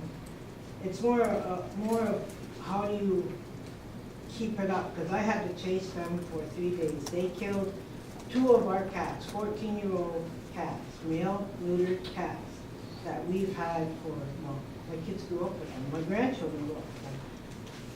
You know, like, and I've told these people, I know all the dogs, I know who owns all the dogs, and I've told compliance, they talk to them. Like I said, they tie them up. This morning, the one that got away in this last incident, they told him to tie it up. It was tied up. This morning it was in my yard in a cage. So they took it. I don't know what's going to happen, if they're going to get another warning. I don't know what's going to happen, but this is like the 3rd time for this one. So I don't know what you can do to enforce this, or fines, or just take the animals and have them destroyed or whatever, but it's getting to the point where I don't let my kids or my grandchildren play out in the yard at all by themselves ever, because there's always some big dog in the yard, or 2 or 3 of them, and when they pass like that, they get pretty aggressive. And I've threatened to shoot them, and I get told by the cops if I shoot them, I can be charged, and I can be made to pay, you know, the owners the value of the dog. What about my animals? And he says, well, you have to have a license to shoot an animal, and he said you can't shoot it unless it's, you know, showing aggression. I said, I have that. And he said, well, if it's not showing aggression, then we can charge you. I said, well, then I guess it's my word against the dog. Yeah. I went through a similar situation, I can comment on this, and what I did with compliance is to bring this cage over to my neighborhood, right, and but they left it. They didn't leave mine. They leave it, I baited it up every day, and every day they came and got a dog, because I had dogs in my neighborhood, and some of them were even on my porch, on my couch when I came out. They were growling at me. I said, well, you son of a gun, I went to go get my rifle and get booked. You know, so this the way I handled it was I got that cage and I had it set up, and this was in the winter time. And I says, do I have to notify all my neighbors on what I'm doing? If your dog's caught in there, it's gone, they're taking them. And they says, no, you don't have to, because you have a right, you're a property owner, and this is your place. If they want to have their dogs run rampant, then you have the right to. If they get trapped in that cage, and they can take, you call them up and they come over and they take them. Well, doesn't it happen? The most friendliest dog, my brothers, purebred Akita, first one to go in there, oh, you suck like, get out of there. You know, but that's how I handled it. And there was a part where I had to get rid of the cage. It's because people found out that I had this cage at my house, and they're coming, I want to get rid of my dog. Vince, can you shoot it? No, I says, to one person, I said, bring it over, put it in that cage. I call them up, they'll come get it. After a while, I look, there's people coming over, Vince, take my dog. Hey, this is for my neighborhood, you know. If you have a nuisance, take the cage to your neighborhood and do the same thing. Just talk to compliance, have it set up, but leave it there. Yeah, Leave so it there. like, they had it there for the one day, like I said. No, leave it there overnight or whatever, keep baiting it up and talk to compliance and let them know the situation, even though you have already, and see what happens. And maybe, don't return those stocks. I don't think they work on weekends either. No. Well, on weekends, yes, on weekends you can't call them, if you get one trapped in there. Well, They keep don't it need the closed, cages keep on it weekends. closed for the weekend, because they won't come get them, They told but- me they won't leave the cage. No, they don't. They won't. really. They won't leave it on Fridays. Now, when they picked the dog up this morning, they said they would bring the cage back, because I told, well, they know there's more than one Mhm. problem down there. Mhm. And, but they, when I got home a while ago. Well, let me, I'll call them tomorrow and see what we can do. But being that said, we still have a problem too, because I live right at the end of the island. Mhm. People go down there and they throw out their puppies and their cats. So we get overrun with that. Last summer, I think I spent over $200 getting my friends in Cornwall to lie and say somebody dropped a cat off or kittens at their house for them to turn it into the OSPCA, because they won't take them from the island. I was told they have no agreement for cats with MCA. So they would lie, say somebody dropped it off and they gotta pay $20 to turn the cat into OSPCA. I spent a fortune last year trying to get rid of all those female cats and kittens, because they all come to my house and I've got little grandchildren that pet them and play with them, so then I can't get rid of them. So they're all under my deck and it was just ridiculous. So, but I had like 4 of my friends in Cornwall lying for me, saying somebody dropped it off just to get rid of them, because there's no agreement. But there's a big problem down there with puppies and cats. They go to the end of the island and throw them out. And we will, we'll follow up and see. I think that maybe there's something to with the OSPCA we should look at also. Yeah, and make it easier to get these animals picked up. You know, like, I called, I don't know how many times, nobody answered my call, and then we ended up, we just went on. Because I'm not gonna put up with it anymore, because, you know, we're all licensed. I will shoot those dogs. So. All right. Okay, was there a chance to take over? Okay, well, we're gonna wrap up now. I want to thank all of you for coming out this evening. We do have a resolution that will need to be read. Well, Council Office us think accepts and approves the general meeting minutes dated June 22nd, 2017. Can I have a mover? Please, second by Joe. Discussion on the resolution. Questions been called on the resolution, all in favor? So just a matter of announcements, the district meetings now start at 6 p.m. This time is August 9th, August 14th is Gallagher. Nautigal is August 21st, and the next general meeting will be at the Nautigal Recreation Center. Gallagher doesn't have a meeting in August. Oh, sorry, the Nautigal 21st is not happening. With that, I want to thank all of you. Could I have a motion to adjourn this evening's meeting? Joe, second by Dennis. Thank you.